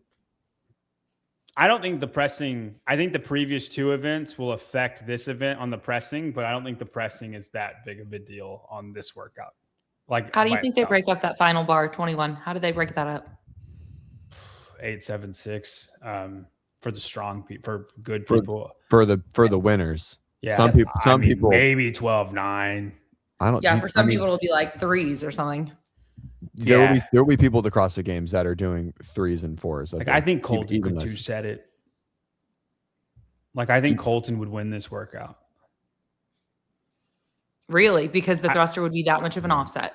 I think he could. He's not that bad at running, guys, and it's only 400 meters. No, yeah. No, it's this workout. If everyone will get to the last bar within a minute, and it really like within a minute of each other. Like there's not a lot of separation in the first 2 bars. Like everyone's going unbroken. They might break 185 just for preparation, but everyone's going to run, within 10 to 15 seconds of each other. Everyone's going to go pretty much unbroken. And so it really doesn't matter. Also, probably it's like a buy-in, really. It really is just a buy-in for 21 thrusters at 225, which I know is the intention of it. And, but I don't know if that's like, if I like that, like without fail or not, right? Like I'm like wrestling with if I like that whole point of it. It really does come down to it. And so the strongest person I think will win, even if they lack fitness from a fitter. Dude, so I will push back on that. I don't think Bronislaw and I don't think Guy are in the top 5 in this workout. You think there's just enough engine that it messes them up? I think it's too much fitness. Yeah. Because the 15 at 185, nobody wants to do that unbroken, but most of them will. And that will gas you. Like because they are strong enough that they can do it. If it was 15 at 225, they might be the only ones that could do it. Are they strong enough to do it as event number 3 after event number 1 and 2 on the same day? Yeah, no, for 185, yeah. But I think that alone will make them one slower than everybody. I think if say let's just take Jason, if he's or Dallin, doesn't matter. If they're 8 thrusters in before they get to the barbell, they're not doing 21 unbroken. Even if they went 12 and then big break 9, like I think Jason, Dallin, Colton, Austin all beat them. Mm-hmm. And like, Okay. so you have to be fit to win this workout, but it is a strength workout. And I don't want to end on a 400 because there will be so many fails in the last thruster going for it. Yeah. That 400, it would be a good race and it would be fun, but that thruster is like it has overhead walking lunge vibes to it. You know what I mean? Like the heavy dumbbell lunge after Syndicate a couple years ago, right, with the hundreds or whatever, where people were just like, like basically fail, like it's falling out of their hands. And so I don't think it needs to have a run. If it was like, I don't know, 55, 85, 205, then maybe a run, right? Or 55, 65, 85, something like that. Like if it was lighter, betting on the run, I think would be a lot better. This is a workout where like people like that will be way, way behind. And then they catch a lot of people on the last bar, but they're not catching any of the top people. Yep. All right. Okay. I think that's it for day 1. All right, day 1. Light day. The days are listed at the top. Okay. All right. Event 4, long ride. All right. And hey, the next slide is what you wanted, John. This is we're gonna bike up the Loma Prieta. And what is that? That is the tallest mountain in San Jose area, in the Santa Cruz Mountains. It takes about, go ahead, do the pictures, Claire. Go to the next slide, John, CJ. Okay, biking up Loma Prieta Mountain in the Santa Cruz Mountains, it typically takes 1.5 to 2.5 hours. I put a 3-hour time cap on it because that's what Are they finishing at the top? Is it you finish up the mountain, you finish on top of the mountain, but you're biking through the redwoods essentially. Sick. Like it's there's redwoods all around you. That's what the path looks like, but that's what the background is, the whole, like this is what it looks like. And then it ends on the steepest sections, 10 to 16%, which is very steep. That's the type of steepness that like the people of the Tour de France, how they're ending their mountains on. That is the same type of steepness. Riding a bike up 10% is bonkers. Well, and it ends on that. It's not all that, but it's a road bike. It'll be, whatever bike sponsor they want to get. Trek does road bikes if they wanted to do that. But how is this even possible? Like, how the fuck would he know this? He has to live in California at that point. Well, I wanted Santa Cruz area. He probably does. We're in San Jose. Like, I wanted this area, and this is to be nearby. And I liked going through the redwoods. It's not about having like the best. It's about like biking through the redwoods would be amazing. Can you imagine the type of shots that you'd have on there? I don't care about the actual biking up the mountain. They don't do anything like that anyway. So mass start. I think people will go out hot and then pay for it painfully if you've never done a real mountain. Yeah, I mean, how often do even the CrossFit Games athletes bike for that duration of time? Just continuous biking. Like that's probably a really infrequent experience. No, so that's what event 4 is. Also, CrossFit said specialized is based by the ranch. Man, if the athletes got a specialized bike, like if they had to keep one, that'd be so sick. Well, I think they give them Pinarello bikes just to be even a little bit better. Okay. Either way, but they do they get to keep the bikes? Yeah. Yeah, they let them keep the Trek bikes. Absolutely. Yeah, that's sick. I think the drone footage from that workout would be amazing. And this would just give like a real Pendleton type feel. I like that it's not the first workout. The first workout or the first 3, your shoulders are torched. This is no shoulders. We're just riding. What day is this? It's Friday. Yeah. So no rest day. I assume this is the only thing. That's the only thing on this day. Nope. There's 3 workouts today. How many? 3. Yeah, you know how CJ, we were like, man, you really kind of like overprogrammed or something. And then I got JY's and I was like, JY wants to kill people. No. But anyway, I shouldn't say that. I go long. JY wants to hurt people. Okay, here we go. Next. JY wants to make people withdraw. And they will. No, they will. In your games, the gauntlet. they're withdrawing. All right, now this holy shit, John. There's no more pressing after this event. So this one's rough. This is the gauntlet. Now you have to 10 ring muscle ups, 20 strict handstand push-ups, 30 ring dips on high rings, 40 toes to bar, 5 seated legless rope climbs. You have to descend seated like that you did in alpaca, where you have to descend to the mark. 40 toes to bar, 30 ring dips, 20 strict hands and push, 10 ring muscle ups. Now, every station is 20 feet apart.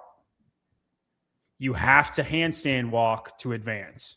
Mm-hmm. Okay, so it ends up being 320 feet of handstand walking. Because like it's gonna be like rings and then a wall and then another set of rings and then the rig and then the rope and then you Dude, their work your way back triceps down. are so cooked. It's not even funny. Their shoulders, they're gone.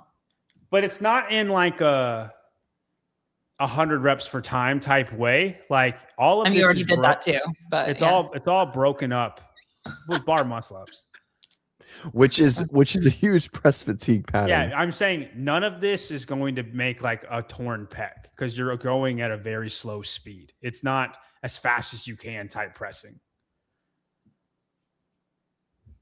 Okay. Go ahead. You're going at a slow speed on your ring dips on the Ring high dip. rings? I mean, it's Yeah. kind of fast. Yeah, I mean, you're breaking them up. Like I don't think I never look at something and like, this is like, I think like the programming a movement and assuming that it's risky, right? When people do it all the time, it's just, because you could say that about everything. You know what I mean? And so, like, oh, the strict handstand push-ups and cervical compression is really bad for your neck and blah blah blah blah blah. And so, Yeah. So I just never think. Now, is there a higher likelihood? Yeah. Is there a high likelihood that people are gonna overheat and not be able to climb 10 to 16% grade at the end of a 3-hour bike ride? 100%. But it's fine. I mean, it's just part of the game. So yeah. But listen, if you're not supposed, like, people won't be able to do some of this stuff. Well, at the end of the day, you want them to, like, you clearly want to scare them a bit. The games used to do that. Right. I understand. Yes. And that's something that's of interest to you. Yeah. Go ahead. Next event. This is, I promise the pressing's done. Like if you do the math on like all of the pressing, it comes out relatively even. It's just really front loaded. All right. This one, super fast workout to end the day. Short workout. Yep. 30 cal bike, 20 box jump over, regular box. And then 10 snatches at 205. It's just heavy. Why is it named Icarus? Because that's the dude that flew too close to the sun. I know. I fucking know who it is, but tell me how it relates to this. Are they going to fail snatches? Is that the assumption? Yeah. I think they'll fail snatches. Yeah. Thank you. These are all squat snatches? You think with this loading? No. This is anyway. They can power if they want. Yeah. Okay. This is meant to be a very fast workout. Otherwise, then it would just be the 10 snatches, the 10 squat snatches. Whoever did that the best would win. But no, like if you can this is just heavy enough. I don't think people will touch and go all of them. I think it'll be like a 5 and then 5 singles or all singles, or somebody might try to touch and go. Like, I think this would be a really cool workout for, I don't know. Like this is a Bronislaw type workout. Yeah, you still have to step down. I think that's just that's what's been stamped. Like I'm fine with that. There's been a ton of Achilles things. I get the step down. I get why they did it in the first place. I agree with it. CJ, do you agree with it? I actually, I'm very Bill Grunler on this. Like, don't tell me how to race. Well, it's a step down. It's fine. It's fine. I think it's fine for it in general. I have nothing against it. But I think if someone can rebound and they want to risk it here, it gives them an advantage. It is faster. Yep. I think if you want to not do the step down, then make your box jumps tall enough where you have to jump down, but you can't rebound. Unless you're Bill Leahy. Yeah. Anyway, I don't know. Anyways, CrossFit, that's a conversation for another time. I don't know if I agree with this. I don't know. No one wants to lose a prime athlete like Julie, basically for no good, or I assume he meant for good. She never. Right, she never came back. That was her last year. Yep. I think it was going to be her last year. That wasn't because of the Achilles. She said this was the last year. Yeah, it was. She was trying to make the whatever CrossFit, whatever they called it at that time. Anyway, this is just a burner. Yeah. Okay. All right. I like it. Why 205, not 185 I thought people would touch and go 185 because the whole way, not heavy they've enough. They've done that in quarterfinals in the past, where Yep. like most of them touch and go to all of the Yeah. 185. 205 Tola did that workout in like yeah, like 90 seconds or something insane. Like it Yeah. was crazy. He Wait. made 185 look like a muscle snatch the whole Yeah. way. I remember. I'll Yeah. never forget that video. and I don't want it to be too heavy where people can't. I just want it to be too heavy enough where most won't. Shorty bars, not shorty No, bar. regular bars. Regular bar. Was it event 5 that was the bike or event 4? Sorry. The bike up, Event 4. whatever. Okay. But this is the same day. Yep. Mhm. Okay. Yeah, so they did this long legs bike are in the earlier and then they had another event in between and now they're They here. don't feel and the they need same, to I do promise. One small bike. I No, I mean, understand the, that. the CNS fatigue coming into this, like it very similar to my Placement of your like 40-yard this, dash like and this. also But on. I think this should be this workout should close out in general. But no, these won't be the fastest that they can do this workout. Absolutely not. Right. The 2 And days this is the in, final event of Friday. Yep. Yes. So you also have a fun event at the final. Like you've got an entertaining, fast Right. race. Do I?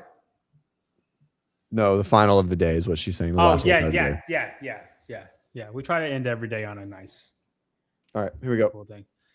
Event 7. All right, last one standing. Okay, you start with one clean, Mm-hmm. and then you have to get on the rower within 20 seconds, and you have to hold over 1,000 or 900 for girls until the 2-minute mark. At the 2-minute mark, a bell will go off, and then you do another clean. You do one clean, and then you get back on the rower. If you're not back on the rower and it's not over 1,000 in 20 seconds, you're out. You're done. And the rower will have a little chip that says, like, So you have to they stay have over to- this. Go ahead. At the 20-second mark, it has to be over 1,000, but they don't have to start in theory until the 16-second mark if they can get Correct. over 1,000 in 4 seconds. Okay, got it. Yep. Why 1,000 and 900 is probably my biggest. It's not supposed to be hard, but it's supposed to be like you still have to do something. To Yeah, be is there. that the man? I love this. Are these squat workout. cleans? They don't know. They don't have to be. If you can power clean Until 405, they don't then have to be good till for they you. have to be. Yeah. Sure. So Sorry, they can there's power more to until they this squat. workout. There's Yeah. more to this workout. Can you walk me through the rest of it? The tie Yeah, break? maybe? yeah. So like the weight goes up every round. It's just one clean. We're basically maxing it out, but you have to do it in 20 seconds. It's not even about the rower. It's the fact that I want you to get off one big breath. You have to clean. I do this in training with athletes all the time. I don't want it the big setup. I don't want the big belt. I don't want the chalk. You just have to go. Right? There's not time to do all that, and you can't miss. You miss one, you're done. Right? You don't have time for 2 lifts. So you have to hold that 1,000 has to be held till the 0 mark of the following minute. Yeah, bell will go off. Yeah. The bell will go off, and they have 20 seconds to, as soon as that off. bell goes off, get off the rower, hit the clean, and be pulling back on the rower. Correct. Fun fact here with And 20 seconds is plenty of time. They could do this in 10. It is, interestingly enough, I think it is, but there are so many people, even at the highest level, that get on fucking rowers like they're trying to try on an outfit or like put on shoes for the first time. It's like, dude, just get on the rower. Yeah. that CJ takes does forever. not like slow transitions. Dude, it's not hard to transition on a rower, It's not. but you don't have time to pull your straps tight, but I don't think you're supposed to here. You don't need to. Yeah, I agree. So, okay, what's the bottom once the athlete is out? And this just to stop, like there's not work being done, Mhm. is that say you fail at 355. Mhm. Okay. You can be done if you want to.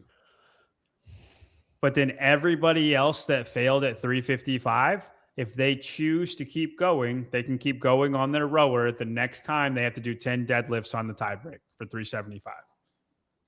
And then the next time they have to do 10 deadlifts at 385. And then the next time they have to do 10 deadlifts at 395.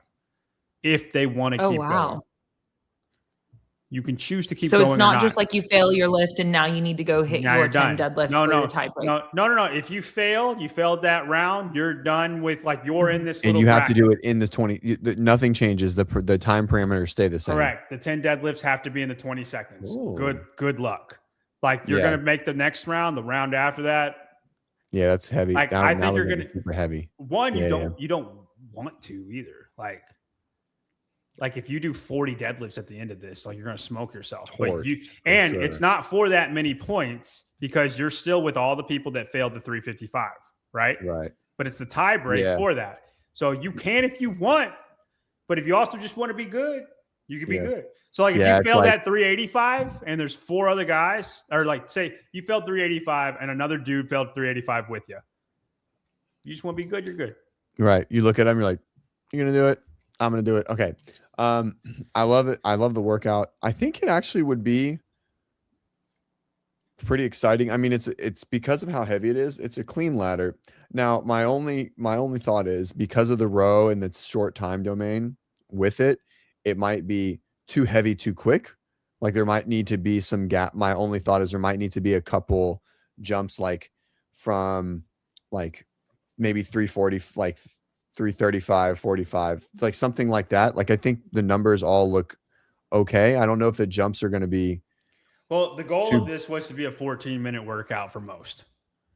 And like a 12 to 14-minute workout for most. I guess it's every 2. I guess I just initially wrote it as 1. So yeah, okay, so like, okay. Who's not going to make it through 335 and 225? Everybody should make it through that, right? Unless you're from Africa, right? Okay. But seriously, like they're all going to make it through that. I understand. So I think Hannah qualified from there, so she'd be fine. This is semantics. Okay, Asia, so like that doesn't matter. Like okay, hey, so how does this work on the floor? Because this is a lot of different weights. There's not enough time. Well, I guess the 2 minutes, perhaps there isn't. Or is there like a pit crew that's going to change out the loads on the barbells? One barbell. Yep. And then they're just going to change it out for the athletes. Yep. You got one judge watching. You have a lot of opportunities to misload a barbell, but hey, it's the games. We're not misloading. They're all stacked. Okay. They're all stacked for you. Like there should be none. Okay. There should just be rows of there's no tailor. There's no tailor on the floor. It's fine. Yeah. Okay, so I like this workout. Sure. My only thing is 1,000 and 900 I don't think are equivalent male to female. Even though they're easy, I think it should be like 10. Like it should be like 1050, 900 or 1,000, 850. I don't know. I didn't. It wasn't pretty. Like I hear you. I don't disagree. That's my own. That's like my. I didn't want a 50 on there. I liked it being even numbers. 100%. I mean. But 1,100, 900 is way different. That's way too high. Yeah.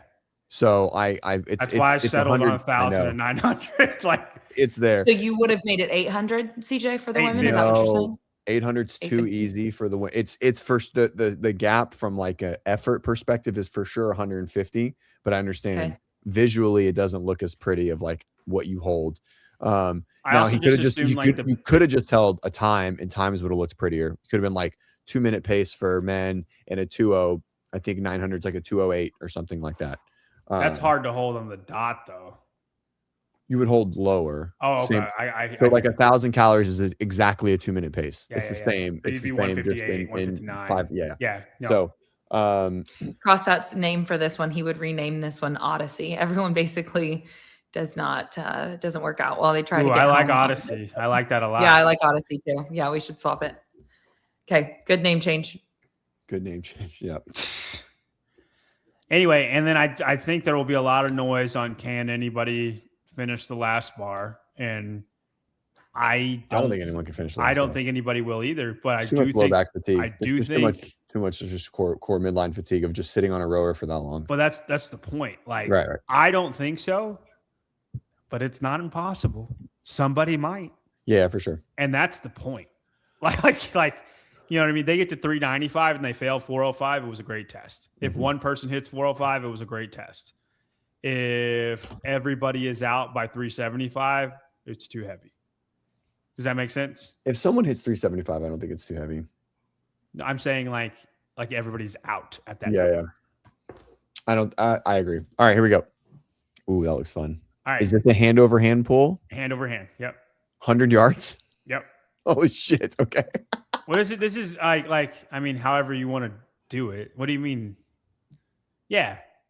I mean, like, you could do the big pools if you want to do the big pools, but like, but like it's face front, it's front to you. Cool. Now here, you got to hear this one though. So it's a 100-yard sled pull. It is the weight. I didn't have it written down for you, Claire. I'm sorry. It's the what do I have? It's the weight that they used in the rope chipper in 2016. Oh, you're right. Yeah, you didn't. The one that Fikowski won. He like just obliterated everybody. You know what I'm talking about? I think so. I just need to think 310. Okay. So 310, I think, for the men. So like it is not a light sled, but it's on turf, so it should move fast, but it's not a light sled. Okay. And then 50-yard sprint, 2 backboards, 50-yard sprint, 3-minute cap. At the 4 minutes, you go again, but in reverse. So it'll be a 50-yard sprint. Can I go to the next slide or no? No. 2 pegboarded since, 50-yard sprint, and then it ends on the sled pull. Another 3-minute cap? Another 3-minute How's cap. it scored? 2 scores? Total time. Score equals total time between each. Okay. Mm-hmm. I love this workout, every bit of it, but your sled is no one will finish the sled alone in the cap. It's too far. And I know that through High Rocks. Was it not? It's 90 feet in the. Oh, okay. I read it as 90 yards. Okay, so then it would have been like 135. It's meant to be. I thought he did that. I did the times off of 90 yards because it said 90 on the thing. So it's meant to be where what his time was on it is what the time should be close to. Does that make sense? It should be 100 feet maybe. So 50 meters in High Rocks at a lighter, the sled is 120 kilos for the sled pull. It takes them like 2.5 minutes. I mean, that's 250 to 275. So then it'd be like 135. It needs to be something that they're pulling, however Fikowski did it in that time would be the time that I would like these people, like a little longer than these guys. Does that make sense? Yes. Because it was like 30 seconds that he was on there. So it should be like 45 seconds for this sled pull. Yeah. Okay. So it needs to be 100 feet and lighter. No. I want 100 yards. You can't do a hand over hand sled pull for 100 yards in 45 seconds. In an empty sled? I don't think so. You also need a 300-foot rope. I think you're just Yeah, that's what I want. Which would be sick. Make it happen. Would be sick. No, okay. No. Empty sled, 100 yards. Make it happen. Even if it could be done in 3 minutes, it's going to be 2 at the fastest. I think you're just missing the time. I'm going to go out to a football field and pull 100 yards. 100%. I want to see. I want to know how long. Less than. Yeah, how long it takes you. So then they're no longer able to too. get to the sprint and the ascents fast enough. Yeah, I think it's just that's it. We've just eaten up too much time pulling a sled. This was based off of the rope chipper. It was based off of the rope chipper, so that's the time. So then I guess we'll just call it 100 feet at that rate. Okay. Like when I wrote it, I read it as 90 yards. It wasn't even that. You see what I'm saying? I wrote it off of that. So that was just a misreading on my part because I don't want to get dinged for doing research incorrectly when I did research. Does that make sense? Mm-hmm. Okay, so then it would be 100 feet, 50-yard sprint, 2 pegboards, 50-yard sprint. Okay. This is the third workout of Saturday? Second. Okay. But we're out on a track and we will stay out on the track and there'll be like an hour break and then we have event 9. All right. Event 9. Sorry. Let's try and find the workout. No, it's okay. Here we go. All right.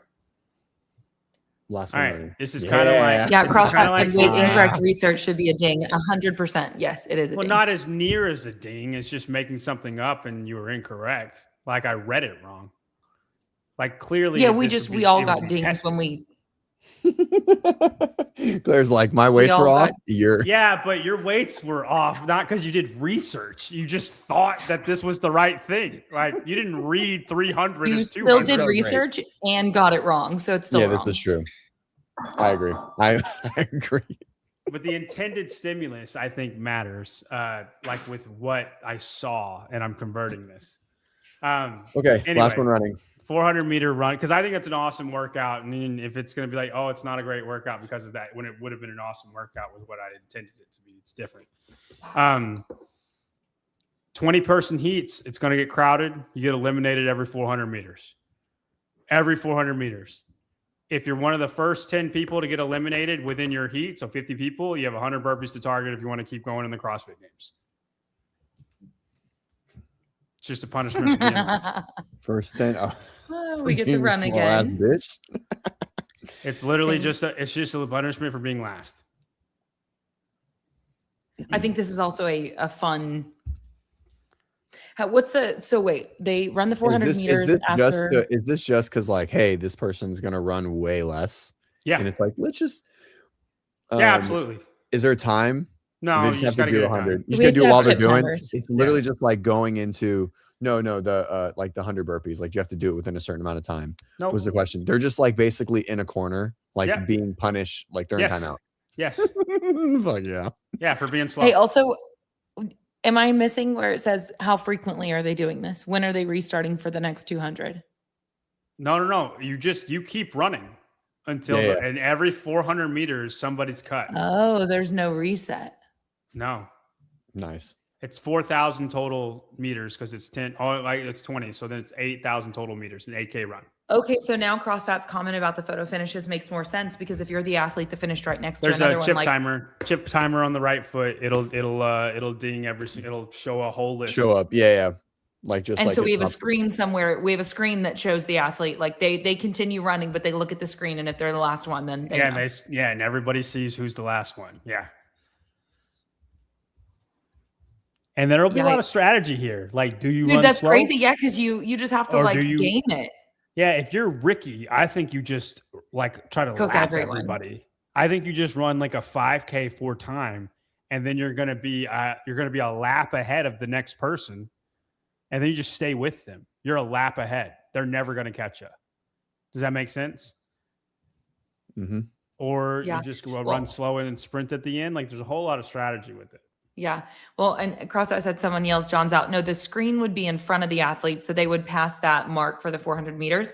And then the screen would be somewhere within their line of vision and they would be able to immediately know it'll who be the on a big athlete screen. was. Yep.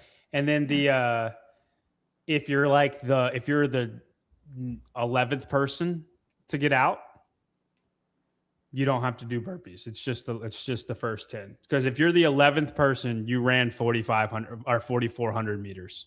How far is the first place finisher running? 8,000 meters. Yes. 4,000, 8,000 is a big difference. It is. It is. But also, this isn't like a straight run. Like everybody's running slow and then you're sprinting. Like it's a way different. In theory, yeah. I mean, it's a pretty paced run. Like you're only racing one person. You're just like the last. It's really only the 2 people in the back racing every round, and there's going to be like a peloton of people, right? Like there's going to be a group, and a group. There's probably going to be 3. And once one group is once that last person is in the last person of the group in behind, they're going to not run. Like they're going to just be like, yeah, fuck it. And they're going to give up, and it's going to give everyone a relaxed run for sure. Yeah. There's going to be a lot of different things that happen. And I think there will always be this will be boring it'll be fun in the very beginning and then get boring. But then in the middle, I think it'll be really fun for that 10th elimination. Mm-hmm. Because I bet you everybody's like, who's going to not do burpees? Like, you know what I mean? Like for the crowd will be like that. And then it'll get boring again. And then it'll get exciting again because we're down to the last people. But every 2 minutes, somebody's really probably 2 minutes. Somebody's getting eliminated. So there's a little hit of dopamine every 2 minutes. Mm-hmm. Well, and I think it's safe to say with everything that you've done so far and what's still coming is you are not interested in programming a games that everyone gets to play the same thing and feel generally good about. We all did you want to find the fittest and you're perfectly fine with there being gaps, if that makes sense, on workouts where it's they are just way better. Yeah. And they have the opportunity to display that.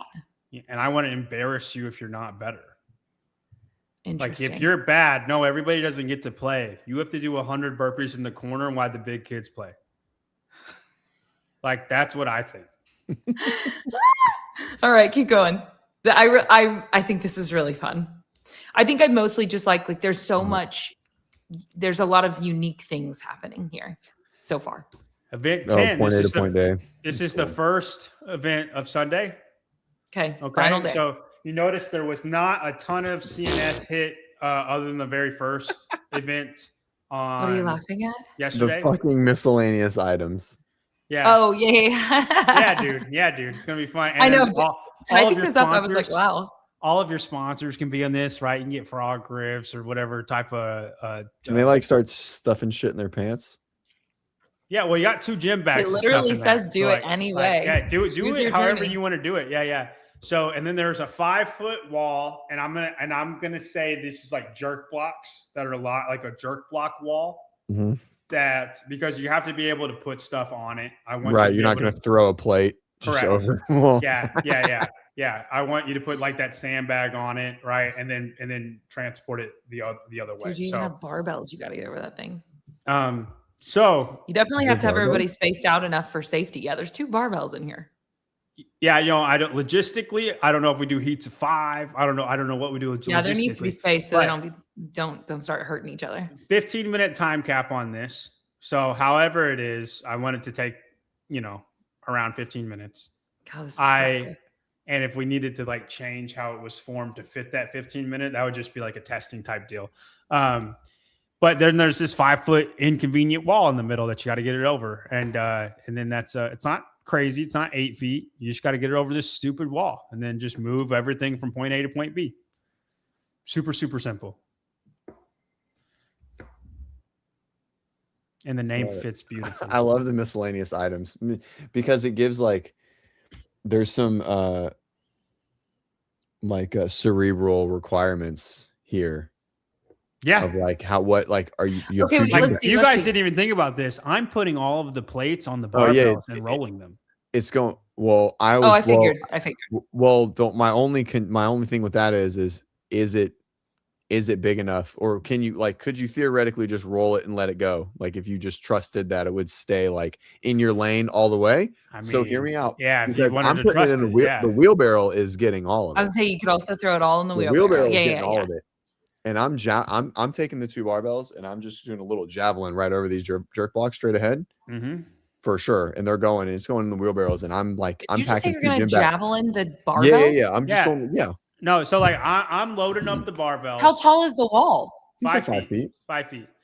I'm loading Just up like the this, and barbells. just like I'm not throwing it. Like it's on my shoulders and I'm running and then I'm just gonna let it go and they're just gonna dangle and bounce around and be just basically like beater bars on the other side. I think there would be a penalty. I didn't write it, but if you got out of your lane, there would be a penalty. Exactly. Yeah, CrossFit. yeah. I'm with you. Like- Somebody's like- getting hurt. No. 100%. I'm loading the barbells. No and just javelins. clean and jerking over the wall, and then rolling them to the next point. I'm gonna wheelbarrow the sandbags over, and put it back in the wheelbarrow that over, and then all the miscellaneous stuff are going in the 2 gym bags, and then I'm gonna go over. I'm doing a lot of weight plates ADS are says going in you there. have to get the wheel. Yeah, Yes, the wheelbarrow has everything's got to everything has go over. Everything's got to go to the next Wheelbarrow. point. Okay, Hmm. wait. Okay, and then there's one that says, imagine you're clicking the channels and you see where is that? Oh, why is it not pulling up? Oh, is it pulling up for y'all? Yeah. Getting a barbell over the wall. And then where was another one? This would not help the general public's perception of CrossFit. I actually think that this would, I don't know. I mean, it'd be a mixed bag, but it would create curiosity. Yeah, I don't know either, but this is what it would be. This is the workout. That's funny. I think it would just be fun to see I different actually like strategies this. too. Like everybody would have a different way that they thought was better. Am I silly for liking this, CJ? No, it's fun. I think I like all of it except the I don't know, like the silliness of like the miscellaneous things. Like which I think is fun, right? I don't know if it's like CrossFit Games appropriate. in general, but I do think all the rest of it is. Dude, that's where is, your sponsors are, man. Yeah, where you're- there's a play. Like there's definitely a play here somewhere for sure. Yeah, Sunday event. I don't know. I love moving objects A to B. It just doesn't get. Well, doesn't get CJ, much I don't know better if you know, there are 5 events left. after this. Yeah. Okay. All right. Well, I like it a little more now. All Okay, right. let's go. It's Speaking not of that. like the last thing you're going to remember. Yeah. Next event. All right. All right. Event 11, adapt or die. Okay. 10 wall balls, 12-foot target. The wall ball weight is 40 and 30 pounds. Ooh. Okay. It's at a 12-foot target for everybody. Damn. If you have to do single wall balls, then Have you seen someone throw 40-pound ball to a 12-foot yes, target? yes, I've done Okay. it. Yeah. I can do 10 in a row consecutively. And if I can do it consecutively, then most of them should be able to. I mean, don't get me wrong, it was hard. Like I think 10 was where it was at. 50-foot broad jump down the line. You're not allowed to take steps. A judge will put a little foot mark every time you land. There's an overhead squat. There's a bar, 225-pound bar on the other end of the place. 15 overhead squats, 50-foot broad jump back, 10 wall balls to the target. I think you'll see a lot of missed. What? It's a really big time cap, no? I think people will miss the wall ball a lot. There will Yeah, be a for lot. sure. There will be a Dude. lot of no reps. But, Dude, but yeah, there's a Kyra Milligan that's like they're Yeah. like they're doing a vertical jump. I think this is way harder for the girls than this for the guys. so I had Marissa do 30 pounds to 12 foot or to 10 foot. Yep. And she was able to do that just fine. Mhm. Like not this workout, but like just training.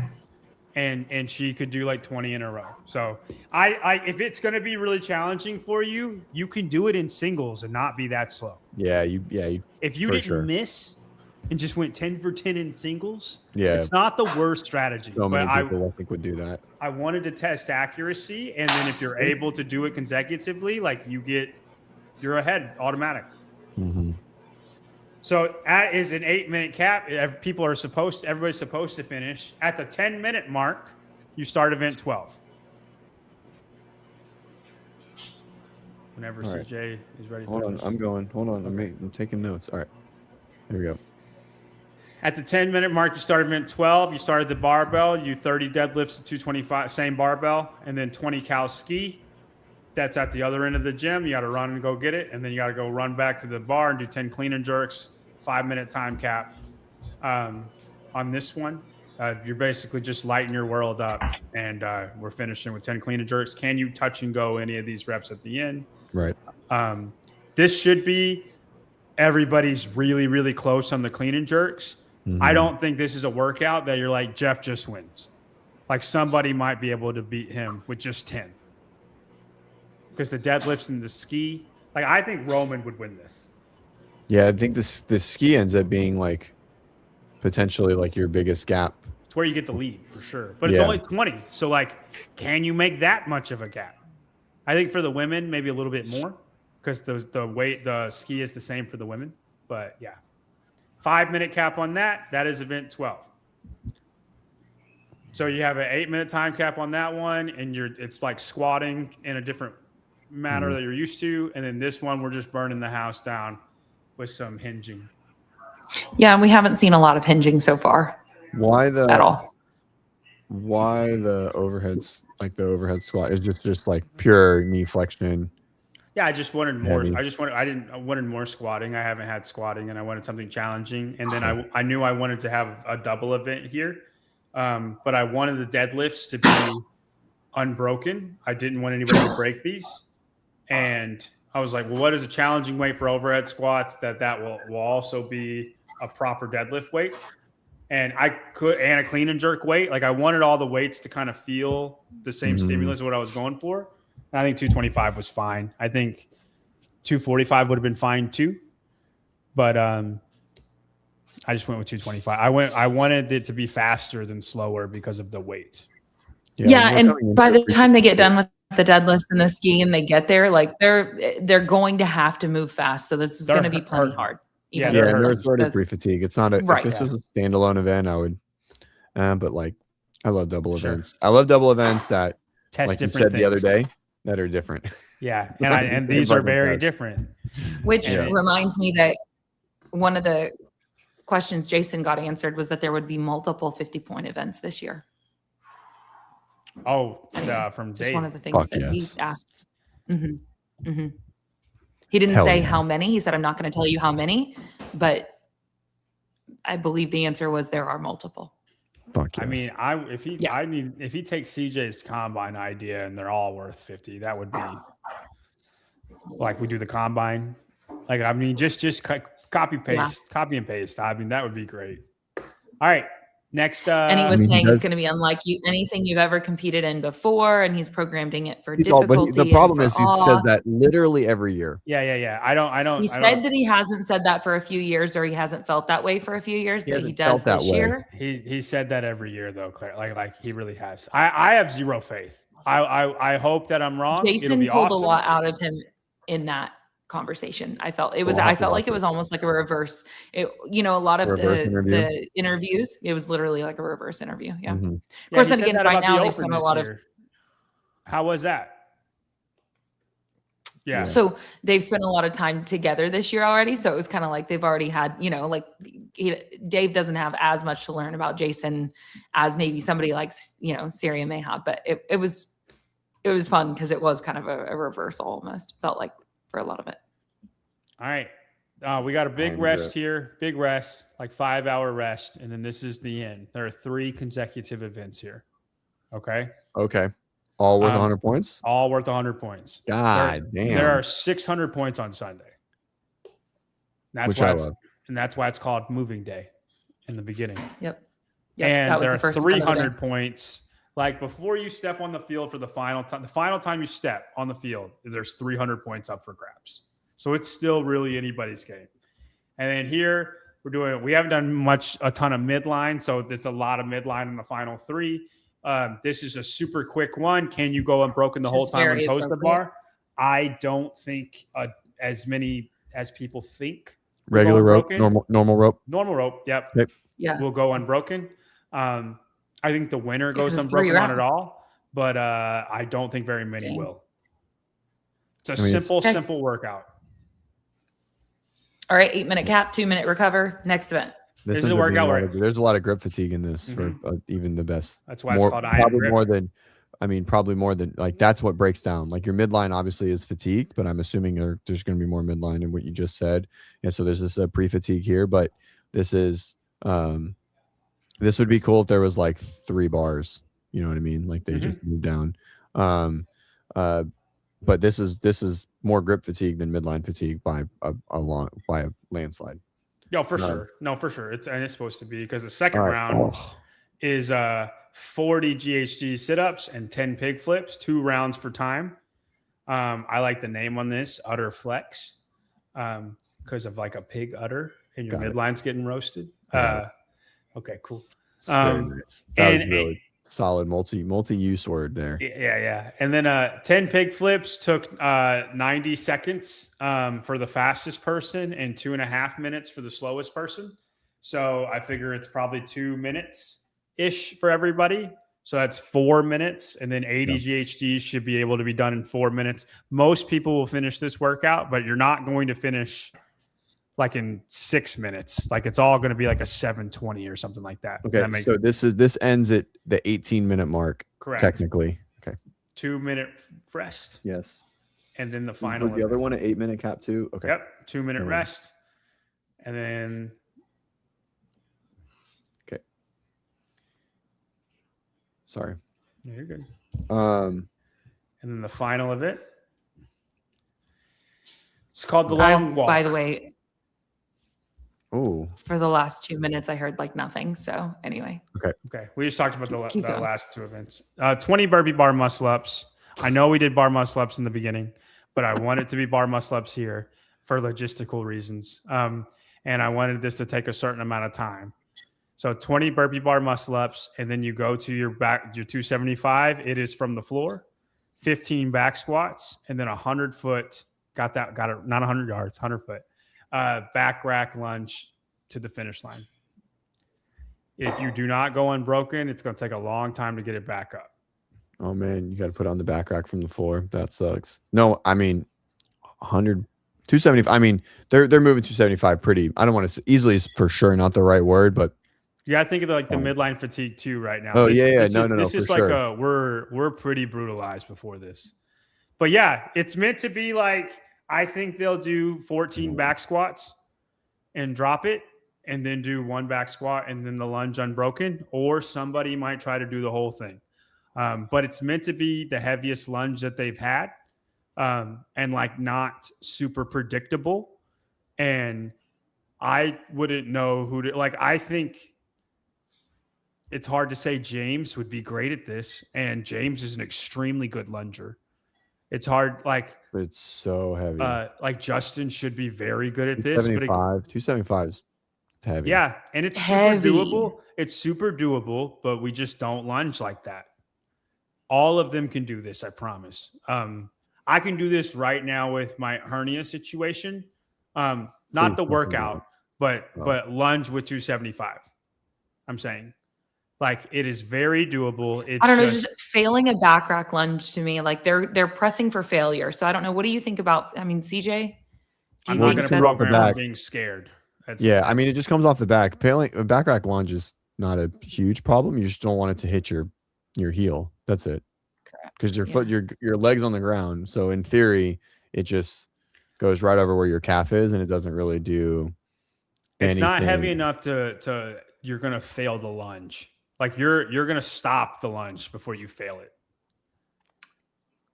I promise, Claire. I promise, Claire. Nobody's failing the lunge where you're stuck in the bottom at this weight. Ooh, I think some do because they're pushing that close to failure. I think they do too. But I think they end up like doing like what you would consider like a kick jerk, squat jerk sort of save thing. You see them sort of like gather that leg and then they stand it up and then they drop the bar. I think people fail based on intensity. That's fine. Then let them Also, fail. the loading is so heavy, but yeah. Mm-hmm. And then what's the time cap here? 6 minutes? Mm-hmm. Yeah, fast. 2 minutes for everything. I mean, I think the winner does this in 4. In 4? Man, that's fast. Burpee bar muscle ups. Yeah, I think it would go 2 minutes, 1 minute, 1 minute. You go unbroken, it would take a minute. Like they would have to go unbroken. Can you imagine, CJ? Like just the fitness, the idea. That's just. Yeah, people are far more capable than you think, man. Like it's. I know, and they remind me all the time. I know. Yeah, it's just. It's my gosh. And I think this just like comes back to the. Okay, well, I continuously want to see workouts, and I'm like, yeah, I can't do that. But I haven't seen that in a while. Like, I mean, relatively speaking, and it's. I mean, I like it. All right. For instance, like Claire, if you did this workout with 135, like I think it would be a really fun workout to see how fast you could go. I also wouldn't be going the pace of a game, like the games athletes pushing to win an event. Like if I did this in training, I don't know. I'd be more cautious with my lunges than they're realistically going to be enticed to be. I'll put it like this. The people that are going for it for the win are not going to fail the lunge.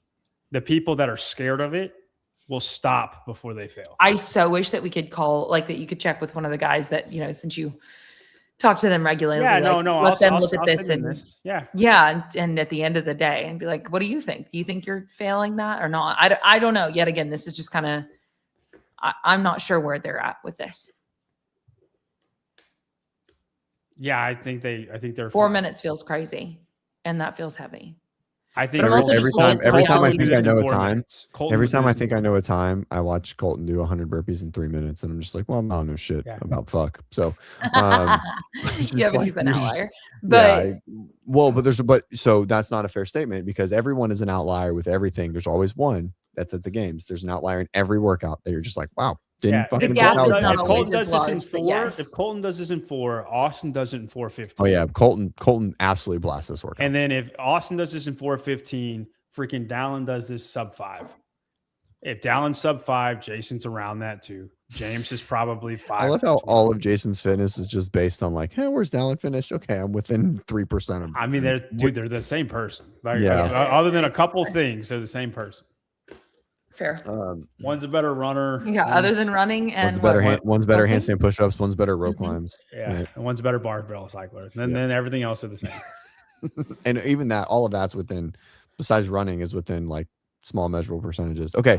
Yeah, KDL. Mine was 2 weeks ago. So we've weeks ago. done mine first, then CJ's. Now we're doing. Yeah, it was JY. before you started coming back to the show, Kenneth. Welcome back. Also, like this was meant to be like, I think everybody will get to the lunge relatively in a similar position. And then I think this lunge will go completely differently for a lot of people. And Which is what it always does. That's the right? point. Yeah, which is what it always does. But not in a predictable way. Well, this heavy of a lunge is tough. You can't swing. There's no swing in the dumbbells, so it's like, oh, we did hundreds, and everyone's like doing the grip, right? But no one was close to failing a 200-pound, even though it's 75 pounds more, right? No one was close to failing the lunge of that portion of that workout, right? They were just gonna let go of the dumbbells.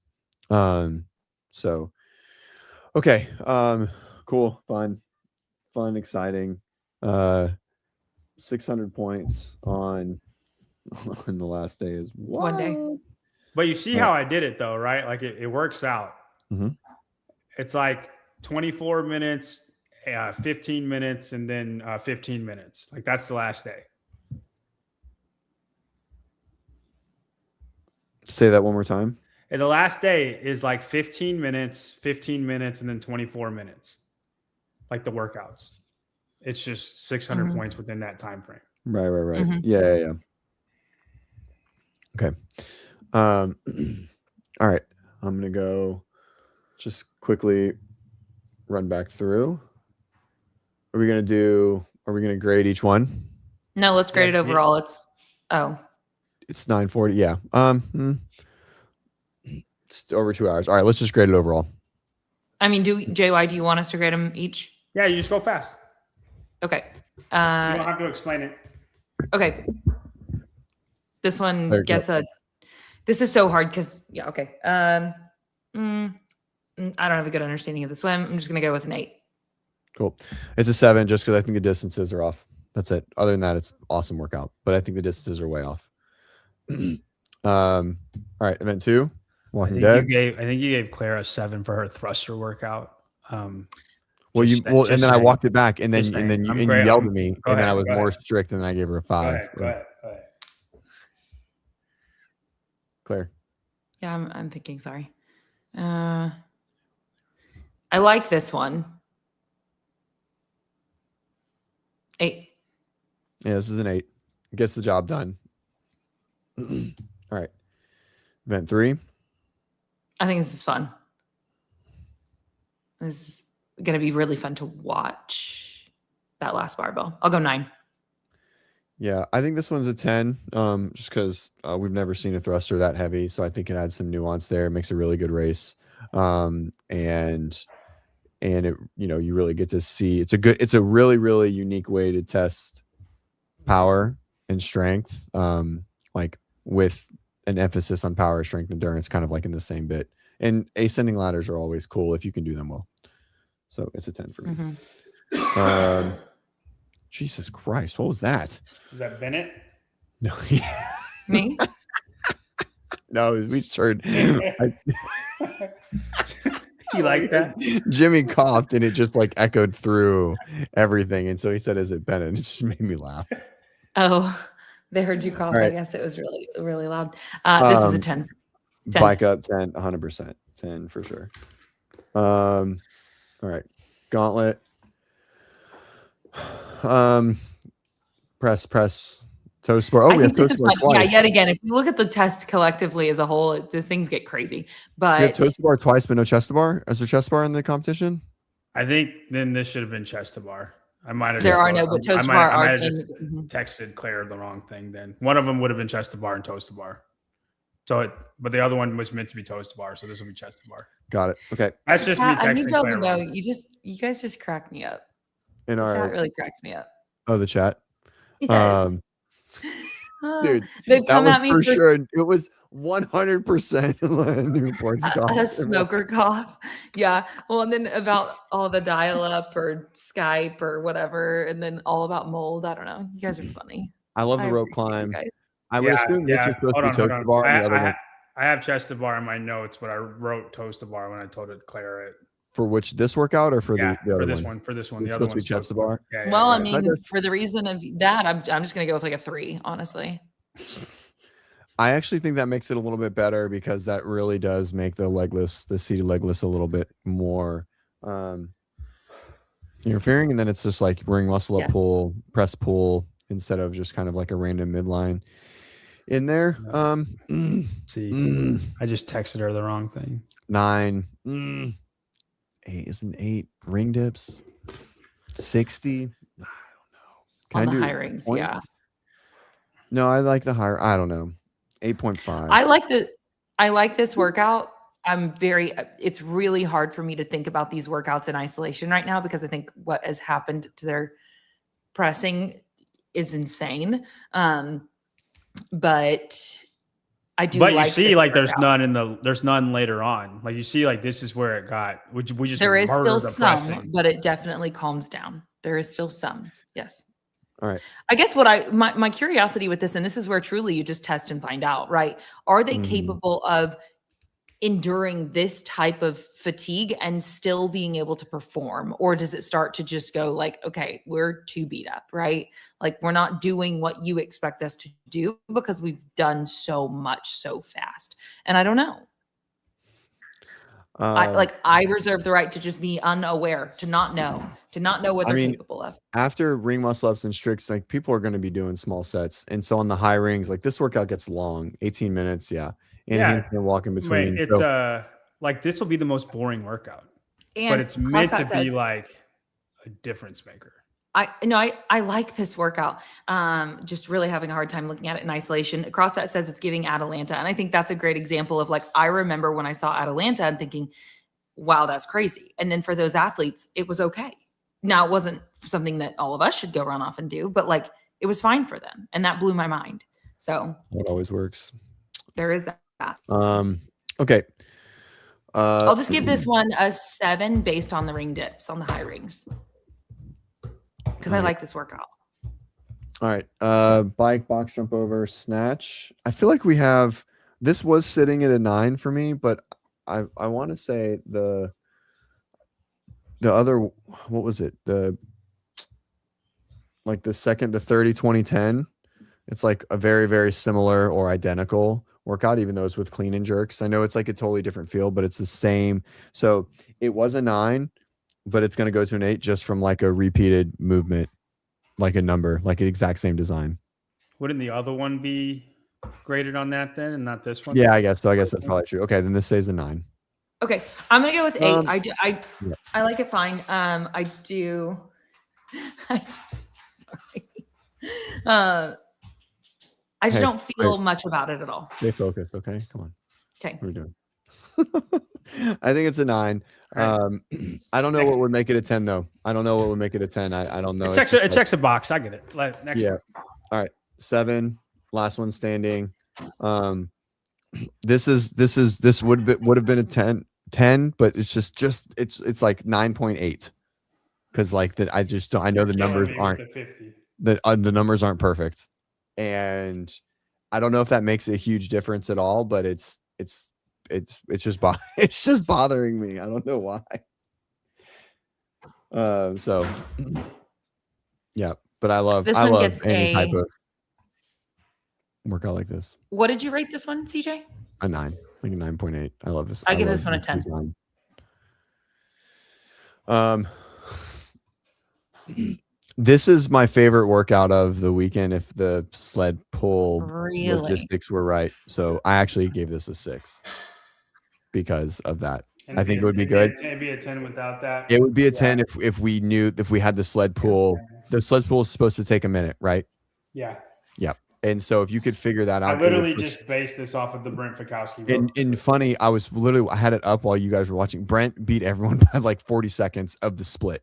Yeah. So like it could have just been a water on the mat. You know what I'm like? He was so much faster than everyone in it. I'm very curious to see if you could actually even hand over hand pull 100 yards, empty sled in 45, however long that would take. But that's just it. And I think that totally missed it. And I don't think anyone makes the cap at all. I actually think a lot of people don't even get to it. But I mean, but like what it was meant to be, people would. Yes, for sure. 100%. If it was what it was meant to be, CJ, what would you rate it then? 10 out of 10, my favorite event of the weekend, actually. Because I think it would be super exciting to watch. Sprinting. It's I love integrating sleds heavily into competition. Bad thing is I can't. Yeah, I'm getting lost on what it is. I don't have a rope. Yeah, there's no rope. There's also the craziness of like finding a 300-foot rope too. But that's what. Yeah, I was thinking just the spectacle of it would be. Yeah, it would be awesome. But then I thought that was 100. I thought that was 90 yards. Like I read it as Phil 90 asked yards. a good question. Do you have like someone working that is just clearing the You would rope for have the to athlete? For this. You usually don't. Have but to. You would have or else to. you There would lose the have to be, spectacle altogether. Yep. Yeah. Okay. In theory, you could string 10 of them together, or 3, because like they make 100-foot ropes. You could tie them together and it would be fine, and it would work well. Okay, moving on. All right. Did you rate it? You didn't rate it. Nope. Yeah. You're not gonna rate it? Moving on. Okay. Last one, 10. Claire hates that event. That's her. I don't like it. Event. Yeah. I don't It's confusing her that you like it. Yeah. I didn't catch that at all. I totally missed it. I was focused on myself. I'm sorry. I wasn't paying attention. All right. Last. Quite all right. Here we go. There we go. Last one running. 10 out of 10. 9.5. I'm only not giving it 10 because I wonder what the spectacle situation, like you said, it's going to have lulls and so on. However, the test itself, I love it. So I think as a thing to watch and so on, I think it's going to have its moments where it's like, but I like it. The moving day or the running one? Yeah. Yeah. Okay. All right. Moving day. 10. I give it a 9 just from some of the silliness. That's it. 10. All right. Adapt or die. Since John has said he can do this, then because I'm like trying to really see a 40-pound ball going 12 feet in the air. And so it goes right into that. So we have to look at both. 12 feet is fair. So we have to look at both. Are we rating these as one rating? Event 11 and 12 is one rating? They have to be 2 ratings because they're two separate scores. Okay. Right? But then playing off of each other plays into the rating. Yeah, exactly. That's why I'm trying to go back and forth. I think because they're together, it makes it a 10 for me. But if they were separate completely, then they would probably be like 8s both. Because I think that like separately they're box checkers, right? And they're nuanced and they're unique. But I think that's it. But together as like a back-to-back makes it a 10 because I love back-to-back events too. So that makes it a 10. 10 together. So 10 each. I think yeah, together they're way better than they are in isolation. And yeah, okay, cool. Next, and then we have our 3, so kind of the same feel. Gotta look at them all together. And this is supposed to be toaster bar, right? That's what we decided. Yes. Okay. Yes, the other was supposed to be toaster bar, which we're keeping the toaster bar for our grading, but yeah. All right, so just trying to make it fair, Joey. All right, Claire, do you want to go first? Can you go to the next one again? Because this was the one you guys. I didn't see this literally at all, other than whenever I wrote it earlier. Okay, and then the final one. Okay. God, there's a lot going on. I hope they're able to bring intensity to this because I like these tests. Like I like them. This is cool. I just hope they can still show up and perform at this point. But you believe that they are able to. That's why you're programming this. Yeah, I want you to. You know I want what? I'm you going to say for the sake of this, so this back to back to back, for the sake of the spectacle or just the, I also, is this all males going at the same time and then all females going at the same time for all three? Because like this is going to take forever. So how's this working out on a logistics standpoint? It's 24 It's a minutes. 24-minute workout. Yeah. Yes, you'd put 20 people. You'd put 20 people Okay, so outside. two rounds of 20. Okay. I mean, or 3 of 10, 2 of 15, doesn't matter. But yeah, you're all out there for 24 minutes, then it's over.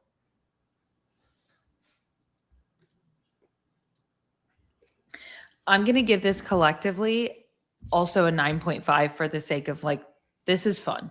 This is a back to back to back. There's a lot going on. This is chaotic. I'm going to give it a high rating.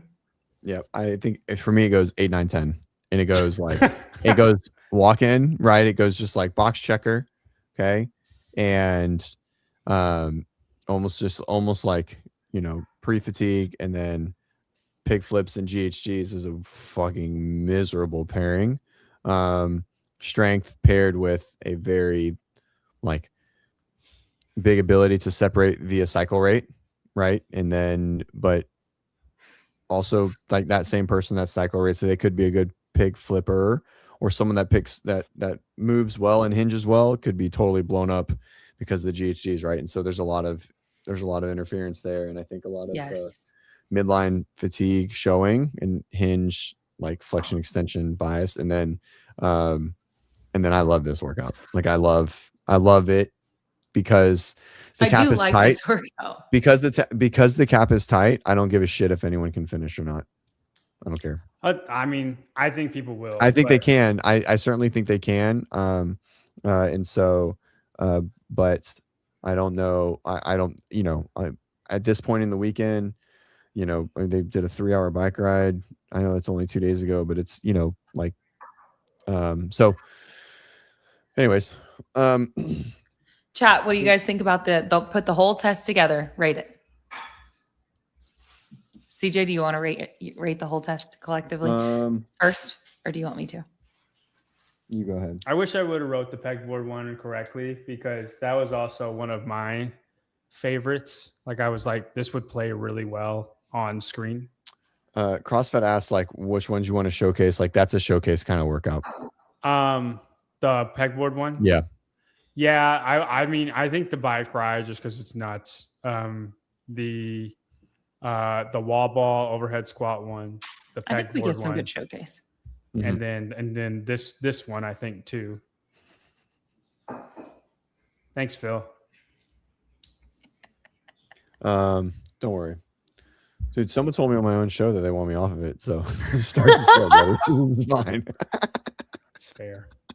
Was Phil the one? I like. I was like, why do we me? need to eliminate anyone? Like, were we not doing? Like, we were all fine, but it was like, no, somebody's got to go. Who's it going to be? Go. CJ Tanner gets the axe. was like, it sucks. Oh my gosh. I think 3 people is like the perfect dynamic. Yeah, I I think agree. so. It's a good. Yeah, it's a good. Yeah. For example, the guys today on the Boys Interrupted, there were 5 of them, and they were stepping on each other's toes so much. I mean, we do it. Okay. So CrossFit says someone's dead and volunteers don't show up for their last day. Otherwise, it's great. Dude, the swim. Kenneth says greatest games in the history of all games. Thank you, Kenneth. Kenneth is weirdly like on the JY. He does train. JY barbell. He's JY barbell athlete. The swim one, I almost said I put the title as swim or die without thinking about it, and then I was I need to change it. I need to change this title. I think I would have recognized that for you and probably text you and been like, hey, Yeah. You sure about that name? Okay. All right. I think we'll just rock with Kenneth's comment, and then we'll. Hey, yeah.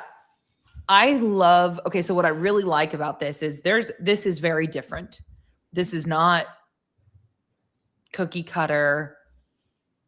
Even just the structure of the 3 final events back to back to back being worth 300 points. The bike is awesome. There's a lot that I really like here. My massive question mark, which this is yet again what I've continued to say that like I'm just not a good gauge of this, is are they able to perform these tests over the course of 4 days, recover sufficiently, and perform? And that's my major question mark. And that could like really take this score. So I guess assuming that they can tolerate the volume and perform, then I give this literally a 10. I think this is so fun.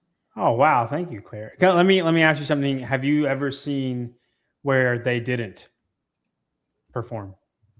They're too That's a rundown. great question. No, the answer is no, by the way.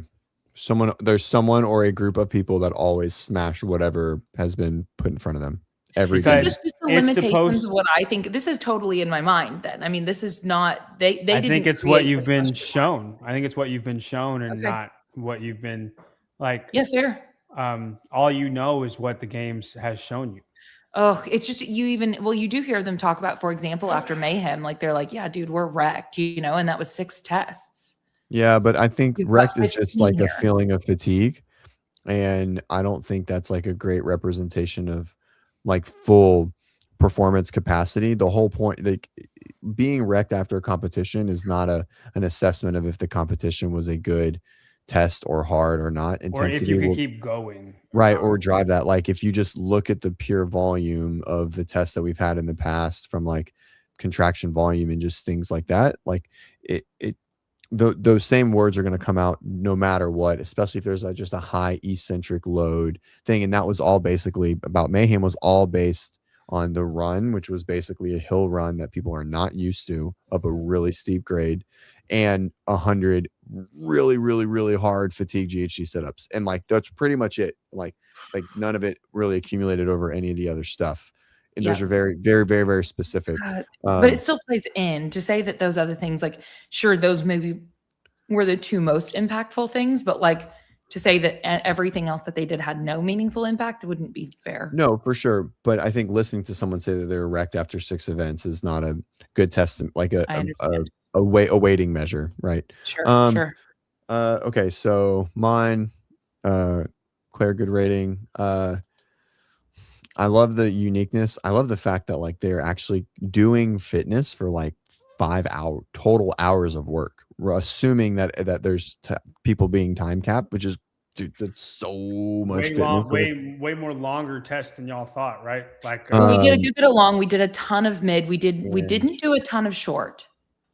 Well, we did I feel like we did. That's all the last day. He just paired them together, so it's hard. The last like, day all there of are those- 5 Okay. events that are sub 7 minutes. Yep. And you're considering that short. Okay.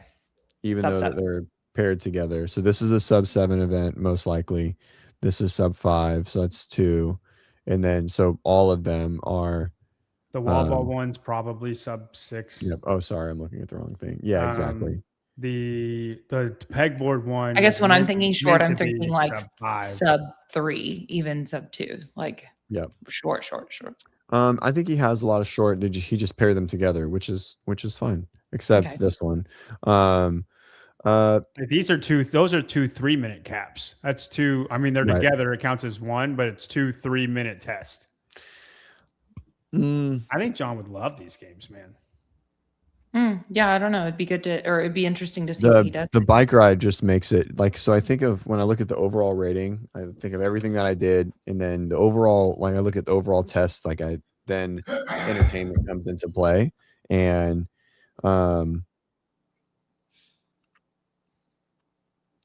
so I think the entertainment of this is really good. I think the run is good. I think the ocean swim is very visually entertaining.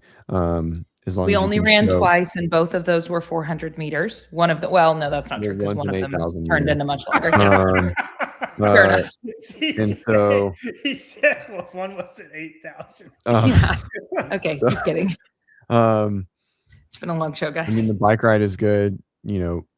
I love, like, and so you hope that, you have 3 drones that are just like following pelotons, right? Like that's like the hope, and so if you can get it on video, it's like an 8.2. Yeah, we'll go 8.2. Some of the, like, I think some of the like just logistical specifics. I think we're kind of challenging The distances. logistics on this are crazy. And so, but You got all year to make it, man. Like, you know Yeah. what I mean? Like, I think this is what Dave should be doing is figuring out how to make that work. Something like that work. You know what I mean? Where you can do crazy things. Yeah, I hear you. I just think it's a lot. Yeah. It's a lot. What are you? Yet again. I was trying. I guess I didn't realize that there's only one Peloton. The Peloton is like the biggest, but I was just thinking like there's going to be chunks or bunches. I guess it's bunches.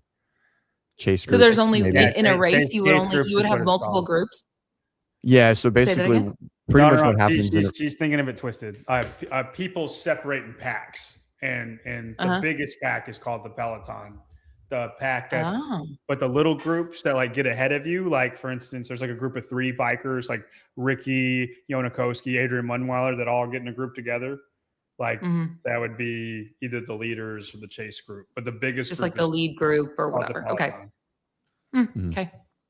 All right. 2.5 hour show. I love you guys. I'm sorry. Don't apologize. You just programmed 15 events. And we had things to get through. We didn't even talk about the Syndicate and NorCal are coming up this weekend. CJ and I will do a show on Friday morning where we'll talk about it. Aren't you going? Yes. Yeah. I fly this week. Shoot. You do. Yes, that's literally this weekend.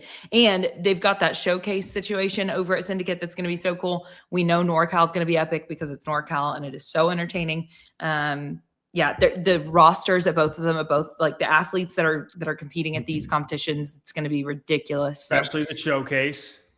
The showcase is a really neat concept. I really think that's going to be really cool. Are you doing the showcase? Yeah, yes, he is. I did not want to. I did not want to. Oh my I God, asked that's not to. stupid.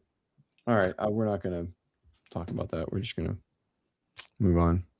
Are you saying that's injury? Sorry. Yeah, I just think that's not a smart decision. That's okay.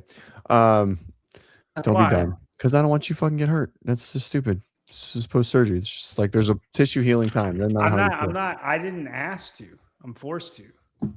All right. We didn't talk about the enhanced games. The enhanced games. I know we could probably talk about it later in the week. I think I'm excited for that. That looks we don't fun have to time. watch. All right, Claire is chopping up pretty good. All right. Thank you guys so much. 2.5 hours, almost the longest show we've ever done. And we'll see you guys on Friday. Watch all the things. Keep watching all the CrossFit. Push all your time and energy into CrossFit because that's what we love. Thanks for being here for the long one. And we'll see you guys on Friday. Peace.